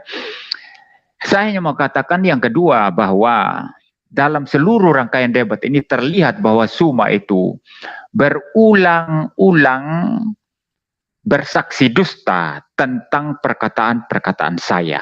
Misalnya tadi istilah pribadi ya. MYM bilang kemanusiaan Yesus punya pribadi manusia, itu kebohongan. Makanya saya bilang bodoh tadi. Berulang-ulang semacam itu terjadi. Lalu ini tadi saya nangkap juga dari pernyataan dia tadi ini. Waktu buat closing statement. Dia bilang, MYM bilang Yesus itu manusia dan ada sisi keilahian dia. Saya tidak berkata begitu. Ini kebohongan Suma lagi. Kita orang Kristen tidak pernah berangkat dari kemanusiaan Yesus. Kenapa tidak berangkat dari kemanusiaan Yesus? Karena kemanusiaan Yesus itu ditambahkan kemudian pada saat inkarnasi. Maka starting point kita adalah logos ilahi. Pada mulanya adalah firman, firman itu bersama-sama dengan Allah, dan firman itu adalah Allah. Itulah starting point kita kalau bicara tentang Yesus. Jadi Yesus adalah logos ilahi yang kekal. Firman Allah yang kekal. Yang kemudian mengambil natur manusia, sehingga naturnya sekarang ada dua. Allah 100%, manusia 100%. Maka kita selalu berbicara adalah apa? Yesus adalah Allah 100%, dan ketika mengambil natur manusia, mempunyai natur manusia 100%. Kita tidak pernah memulai dari kemanusiaan Yesus. Itu hanya omong kosong Suma. Nah, banyak karikatur-karikatur semacam ini yang Suma buat. Yang orang Kristen tidak katakan demikian, tapi dia putar balik. Dan memang saya setuju dengan saudara tadi, memang Suma ini penghujat. Ya, kenapa penghujat? Karena memutarbalikkan perkataan orang Kristen. Saya tidak pernah berkata Yesus itu manusia punya sisi keilahian. Saya sesat kalau begitu. Saya mengatakan Yesus adalah Allah yang kemudian mengambil natur manusia sehingga punya natur manusia. Ini pernyataan standar dari iman Kristen. Saya kalau bilang Yesus manusia punya sisi keilahian, itu kacau itu. Nah, kekacauan-kekacauan seperti ini dibuat oleh Suma. Dibuat oleh orang-orang seperti Handi Selebes itu tadi. Seperti Nandar ya. Jadi mereka-mereka ini adalah penghujat. Betul, setuju saya dan itu, saudara tadi itu. Penghujat dalam pengertian, mereka putar balikan doktrin Kristen, mereka putar balikan pernyataan-pernyataan orang Kristen, lalu mereka serang sendiri. Tapi mereka serang sendiri orang-orangan yang mereka buat, lalu mereka merasa menang sendiri, lalu peduli, itu kemenangan omong kosong. Itu kemenangan omong kosong sama sekali, ya. Kita tidak sama sekali tidak terganggu dengan itu. Lalu masalah itu tadi ya, apa namanya? Dia kutip Handi Selebes tadi ya, masalah Yesus itu mati, ya Yesus itu disalib. Kalau berbicara sisi kemanusiaan Yesus, waktu Yesus mati itu artinya keterpisahan antara tubuh dan jiwanya. Tubuhnya dikubur, jiwanya ke surga. Bapa, ke dalam tanganmu kuserahkan nyawaku. Tetapi pada saat yang sama, kealahan Yesus sebagai logos ilahi tidak bisa dipisah dari apa? Kemanusiaannya, khususnya dalam jiwa atau rohnya sebagai manusia. Seperti itu. Baik, waktunya sudah selesai. Di-mute dulu. Di-mute dulu. Oke, waktunya sudah selesai. Dengan berakhirnya closing statement dari Pak Pendeta MYM, maka rangkaian perdebatan ini pun sudah berakhir. Untuk menutup acara debat yang begitu ramai ini, izinkan saya untuk mengatakan begini. Yang namanya kebenaran tetaplah kebenaran. Kebenaran selalu dicari tetapi sukar untuk ditangkap. Dalam kaitan dengan pembahasan tentang Yesus di malam hari ini, saya sampaikan apa yang diucapkannya. Aku adalah jalan kebenaran dan hidup. Tiada seorang pun dapat sampai kepada Bapa kalau tidak melalui aku. Mengenai perdebatan di malam hari ini, segala macam dinamikanya, baik dari aspek metodologi maupun esensi atau substansi daripada materi debat di malam hari ini, dan bagaimana cara kedua debater ini menyampaikannya, dikembalikan kepada para netizen ataupun para pemirsa kedua channel, baik channel MYM GKKR maupun channel daripada Zulkifli M. Abbas Official. Lalu pada akhirnya saya ucapkan Shalom, Assalamualaikum warahmatullahi wabarakatuh, salam sejahtera bagi Anda semua dimanapun Anda berada. Ya, terima kasih saya ucapkan kepada Pak Pendeta MYM, begitu pula kepada Pak Ustadz Zuma, dan semua Baik, Pak partisipan Felix, yang makasih. hadir. Saya ucapkan terima kasih. Lalu saya mewakili semua, saya mohon maaf apabila ada hal-hal yang dilontarkan atau disampaikan oleh kedua debater yang tidak berkenan di hati Anda semua. Demikian pula saya mohon dimaafkan. Kiranya Tuhan menyertai kita semua. Waktu saya kembalikan kepada Pak Pendeta MYM sebagai pemilik channel. Dipersilakan, Pak. Ya, baik. Oke, saya pamit Pak ya. Makasih banyak Pak. Bentar dulu. Pak Felix dan juga Pak MYM. Iya, gimana? Gimana Pak? Jadi, saya menilai seluruh debat ini, saya underestimate ya. Saya betul-betul melihat ini debat tidak berbobot ya, kalau menurut saya ya. Jadi entah Ustadz Zuma mau menilai secara lain, silakan saja ya. Dari salah tangkapnya Ustadz Zuma kepada saya, sehingga saya kira yang berencana debat besok pun itu tidak akan bagus juga, sama saja saya kira ya. Tidak akan berkembang lagi kepada tingkat yang lebih ilmiah atau tingkat yang lebih intelektual yang betul-betul merepresentasikan argumentasi lawan, baru kita bantah ya. Saya tidak melihat Zuma merepresentasikan pernyataan saya lalu dia bantah hari ini. Semua itu karikatur ya. Itu dia dimaafkan saya kalau saya agak keras tadi mengatakan demikian dalam interaksi langsung itu ya. Nggak apa-apa Pak, nggak apa-apa. Nah, begini, kalau melihat dari yang debat hari ini, saya kira sia-sia tidak ada guna untuk lanjutkan debat ini. Debat semacam ini bagi saya itu debat yang begitu rendah dan tidak ilmiah sama sekali. Ya, ya, Baik, itu baik. ya. Jadi besok dibatalin Pak. Ya, pertimbangan kedua, kalau Anda masih mau melanjutkan, kita gantian. Sekarang topik tauhid. Saya akan terus menyerang dan Anda bertahan. Sama seperti saya, engkau serang mengenai kealahan Yesus. Kalau Anda setuju itu, boleh kita lanjut besok. Jadi topiknya tauhid. Silakan. Boleh, Topiknya tauhid. Topiknya cuma tauhid saja. Dan saya akan menyerang. Silakan. Ya. Silakan. Ya, kalau Anda setuju. Ya, tapi kalau tidak Saya setuju, setuju. kita abaikan saja. Saya setuju Pak, saya setuju. Ya. Moderatornya siapa? Nanti ditentukan oleh tim saya pastinya. Di Zoom ZZZ. Di Zoom apa? ZZZ Pak, yang kemarin kita ketemu. Ya. Jadi topiknya hanya tauhid saja, ya. Tidak ada yang lain. Tidak bahas Trinitas, tidak bahas lain-lain, tidak bahas Alkitab, tidak bahas Yesus, tidak bahas apa. Topiknya tauhid saja.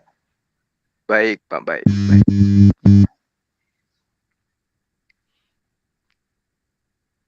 Jadi kesimpulannya besok. Ya. Terima kasih Pak Pendeta. Semua. Iya, iya, baik Pak. Ada suara noise. Iya. Oke. Oke. Ya, salam. Mungkin saya pamit Pak ya. Pak MYM, kita jumpa besok Pak. Mungkin jam 9 waktu tempat saya atau jam 8 di tempat Bapak. Tema kita tentang tauhid. Jam 8 terlalu malam saya di sini nanti. Anda juga lebih malam lagi itu. Jam 7 aja kita mulai. Jam 7 di sini. Baik. Jam 8 di tempat Anda. Oke, baik Pak, baik. Oke, saya pamit Pak ya. Terima kasih banyak Pak. Saya mohon maaf atas segala kehilapan yang saya lakukan. Ya. Terima kasih Bang Felix. Sekali lagi saya pamit. Ya, selamat malam dan sehat selalu. Baik, selamat malam.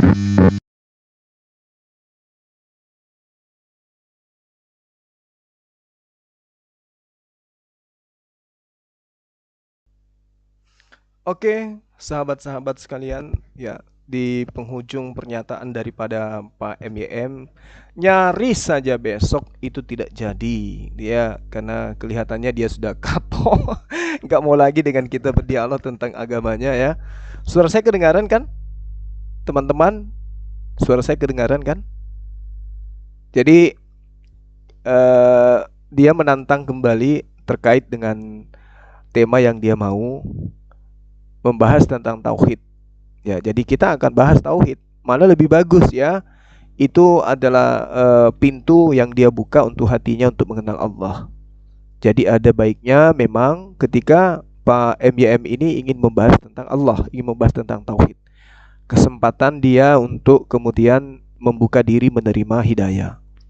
Karena jujur kalau saya melihat dari mentalnya beliau tadi itu udah hancur lebur itu dengan pernyataan dia, sehingga dia mengejar saya dari sisi pandangan dia terhadap materi-materi yang saya sajikan. Dia seakan-akan bukan seakan-akan, dia menuduh bahwa saya itu tidak memahami tentang dua natur. Dia menuduh bahwa saya itu seakan-akan tidak ngerti konsili-konsili.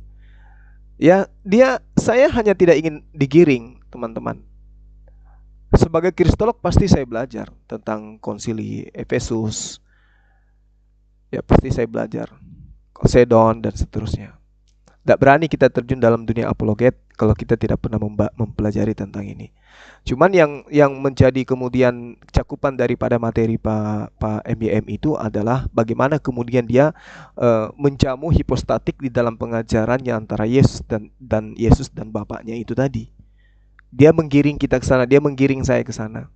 Bagaimana kemudian dia membagi hipostatik di dalam persatuan pribadi, di mana istilah ini adalah mencakup terhadap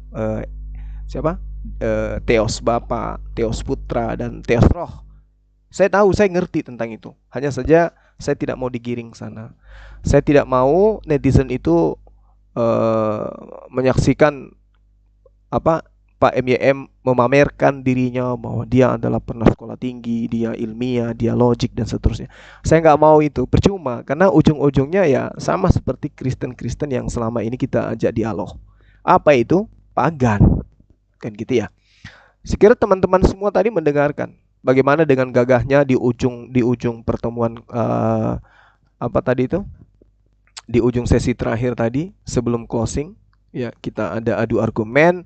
Ketika saya tanyai, apakah Anda menyembah satu pribadi? Yes. Di satu pribadi itu apakah ada 100% kemanusiaan Yesus ikut? Yes, katanya. Artinya sudah terjawab bahwa benar-benar sembahan daripada Pak MYM itu adalah manusia dan juga kemudian ilahi, katanya. Tapi ilahinya pun ini perlu dipertanyakan, teman-teman.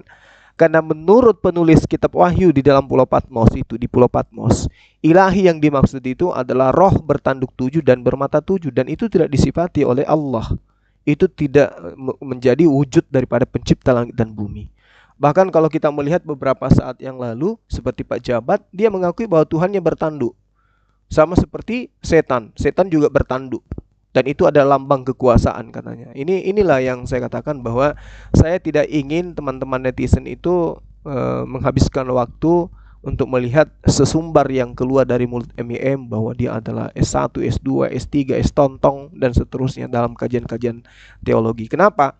Pada endingnya kemudian saya sudah sering berdialog dengan level apapun di dalam kajian-kajian kristologi itu. Dan apa finalnya, teman-teman? Finalnya apa?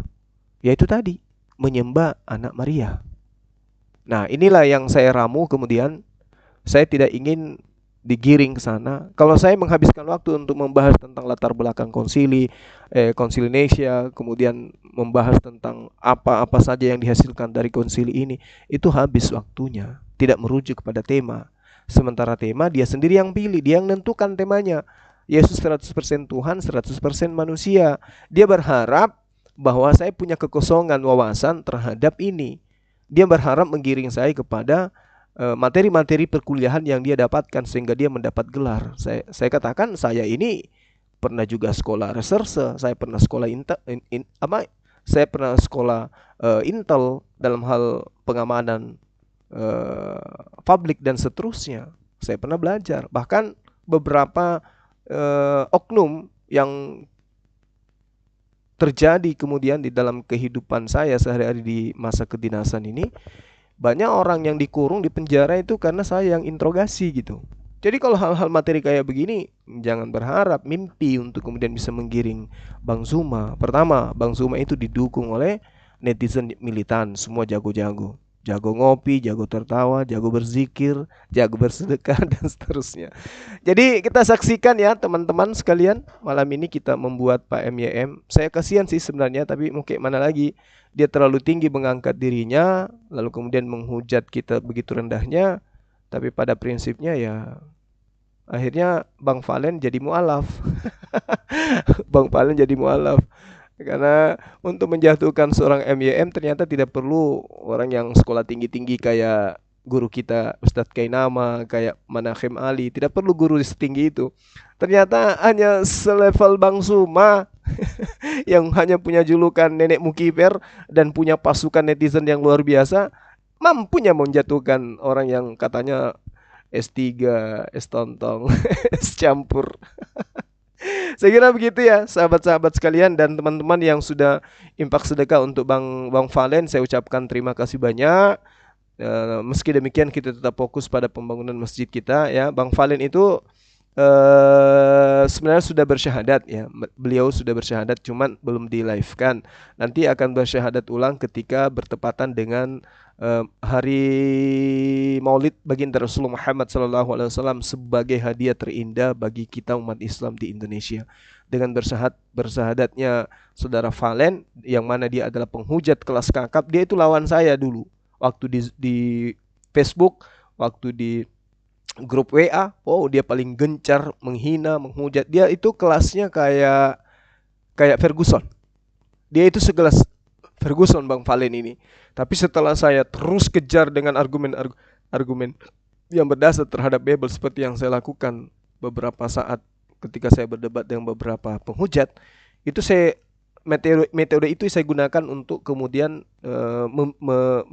mengikuti arah daripada daripada hujatan daripada Bang Valen. Akhirnya dia putus asa, kemudian dia pindah ke Yahudi. Nah, setelah di Yahudi, sembunyi-sembunyi dia sering bertanya, berdialog dan alhamdulillah malam ini dia telepon saya, Bang Zuma, dia lagi di masjid bersama dengan teman-teman Morai Reski dan kawan-kawan. Saya kalah, saya ini tersimpuh. Kenapa rupanya? Saya mau bersyahadat sekarang ini, Bang.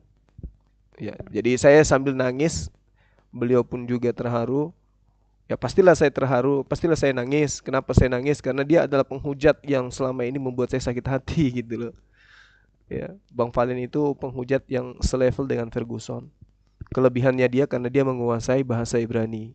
Waktu dia menghujat itu dia benar-benar lengkap penghujatannya tuh. Tapi alhamdulillah berkat hidayah dari Allah ya, tidak ada yang bisa menghalangi hidayah itu. Saya kira begitu ya sahabat-sahabat sekalian. Antum luar biasa. Saya doakan teman-temanku yang lagi sakit diangkat penyakitnya oleh Allah. Kemudian keluarga antum semua yang lagi sakit agar disehatkan oleh Allah.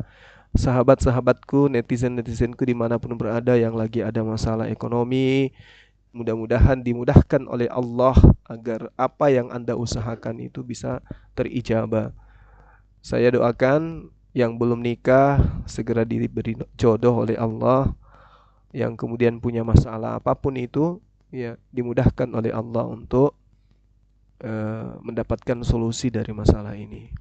Dilembutkan hati antum semua, dibimbing oleh Allah Subhanahu wa taala, antum semua dibahagiakan oleh Allah dan kita dipertemukan di jannah kelak. Meski kita tidak bertemu di dunia, tapi di jannah kita bertemu, ya kan? Kita bertemu dengan orang-orang yang sudah kita syahadatkan. Di sanalah kita nanti akan makan minum bersama-sama, rangkulan bersama-sama di dalam kasih sayang Allah. Saya kira begitu, sahabat-sahabat sekalian. Sekali lagi, wabillahi taufiq wal hidayah. Assalamualaikum warahmatullahi wabarakatuh. Salam tauhid, salam satu Tuhan, Allahu Akbar. Sampai ketemu besok kita dialog lagi bersama dengan Pendeta MYM si Terjun Bebas. Demikian.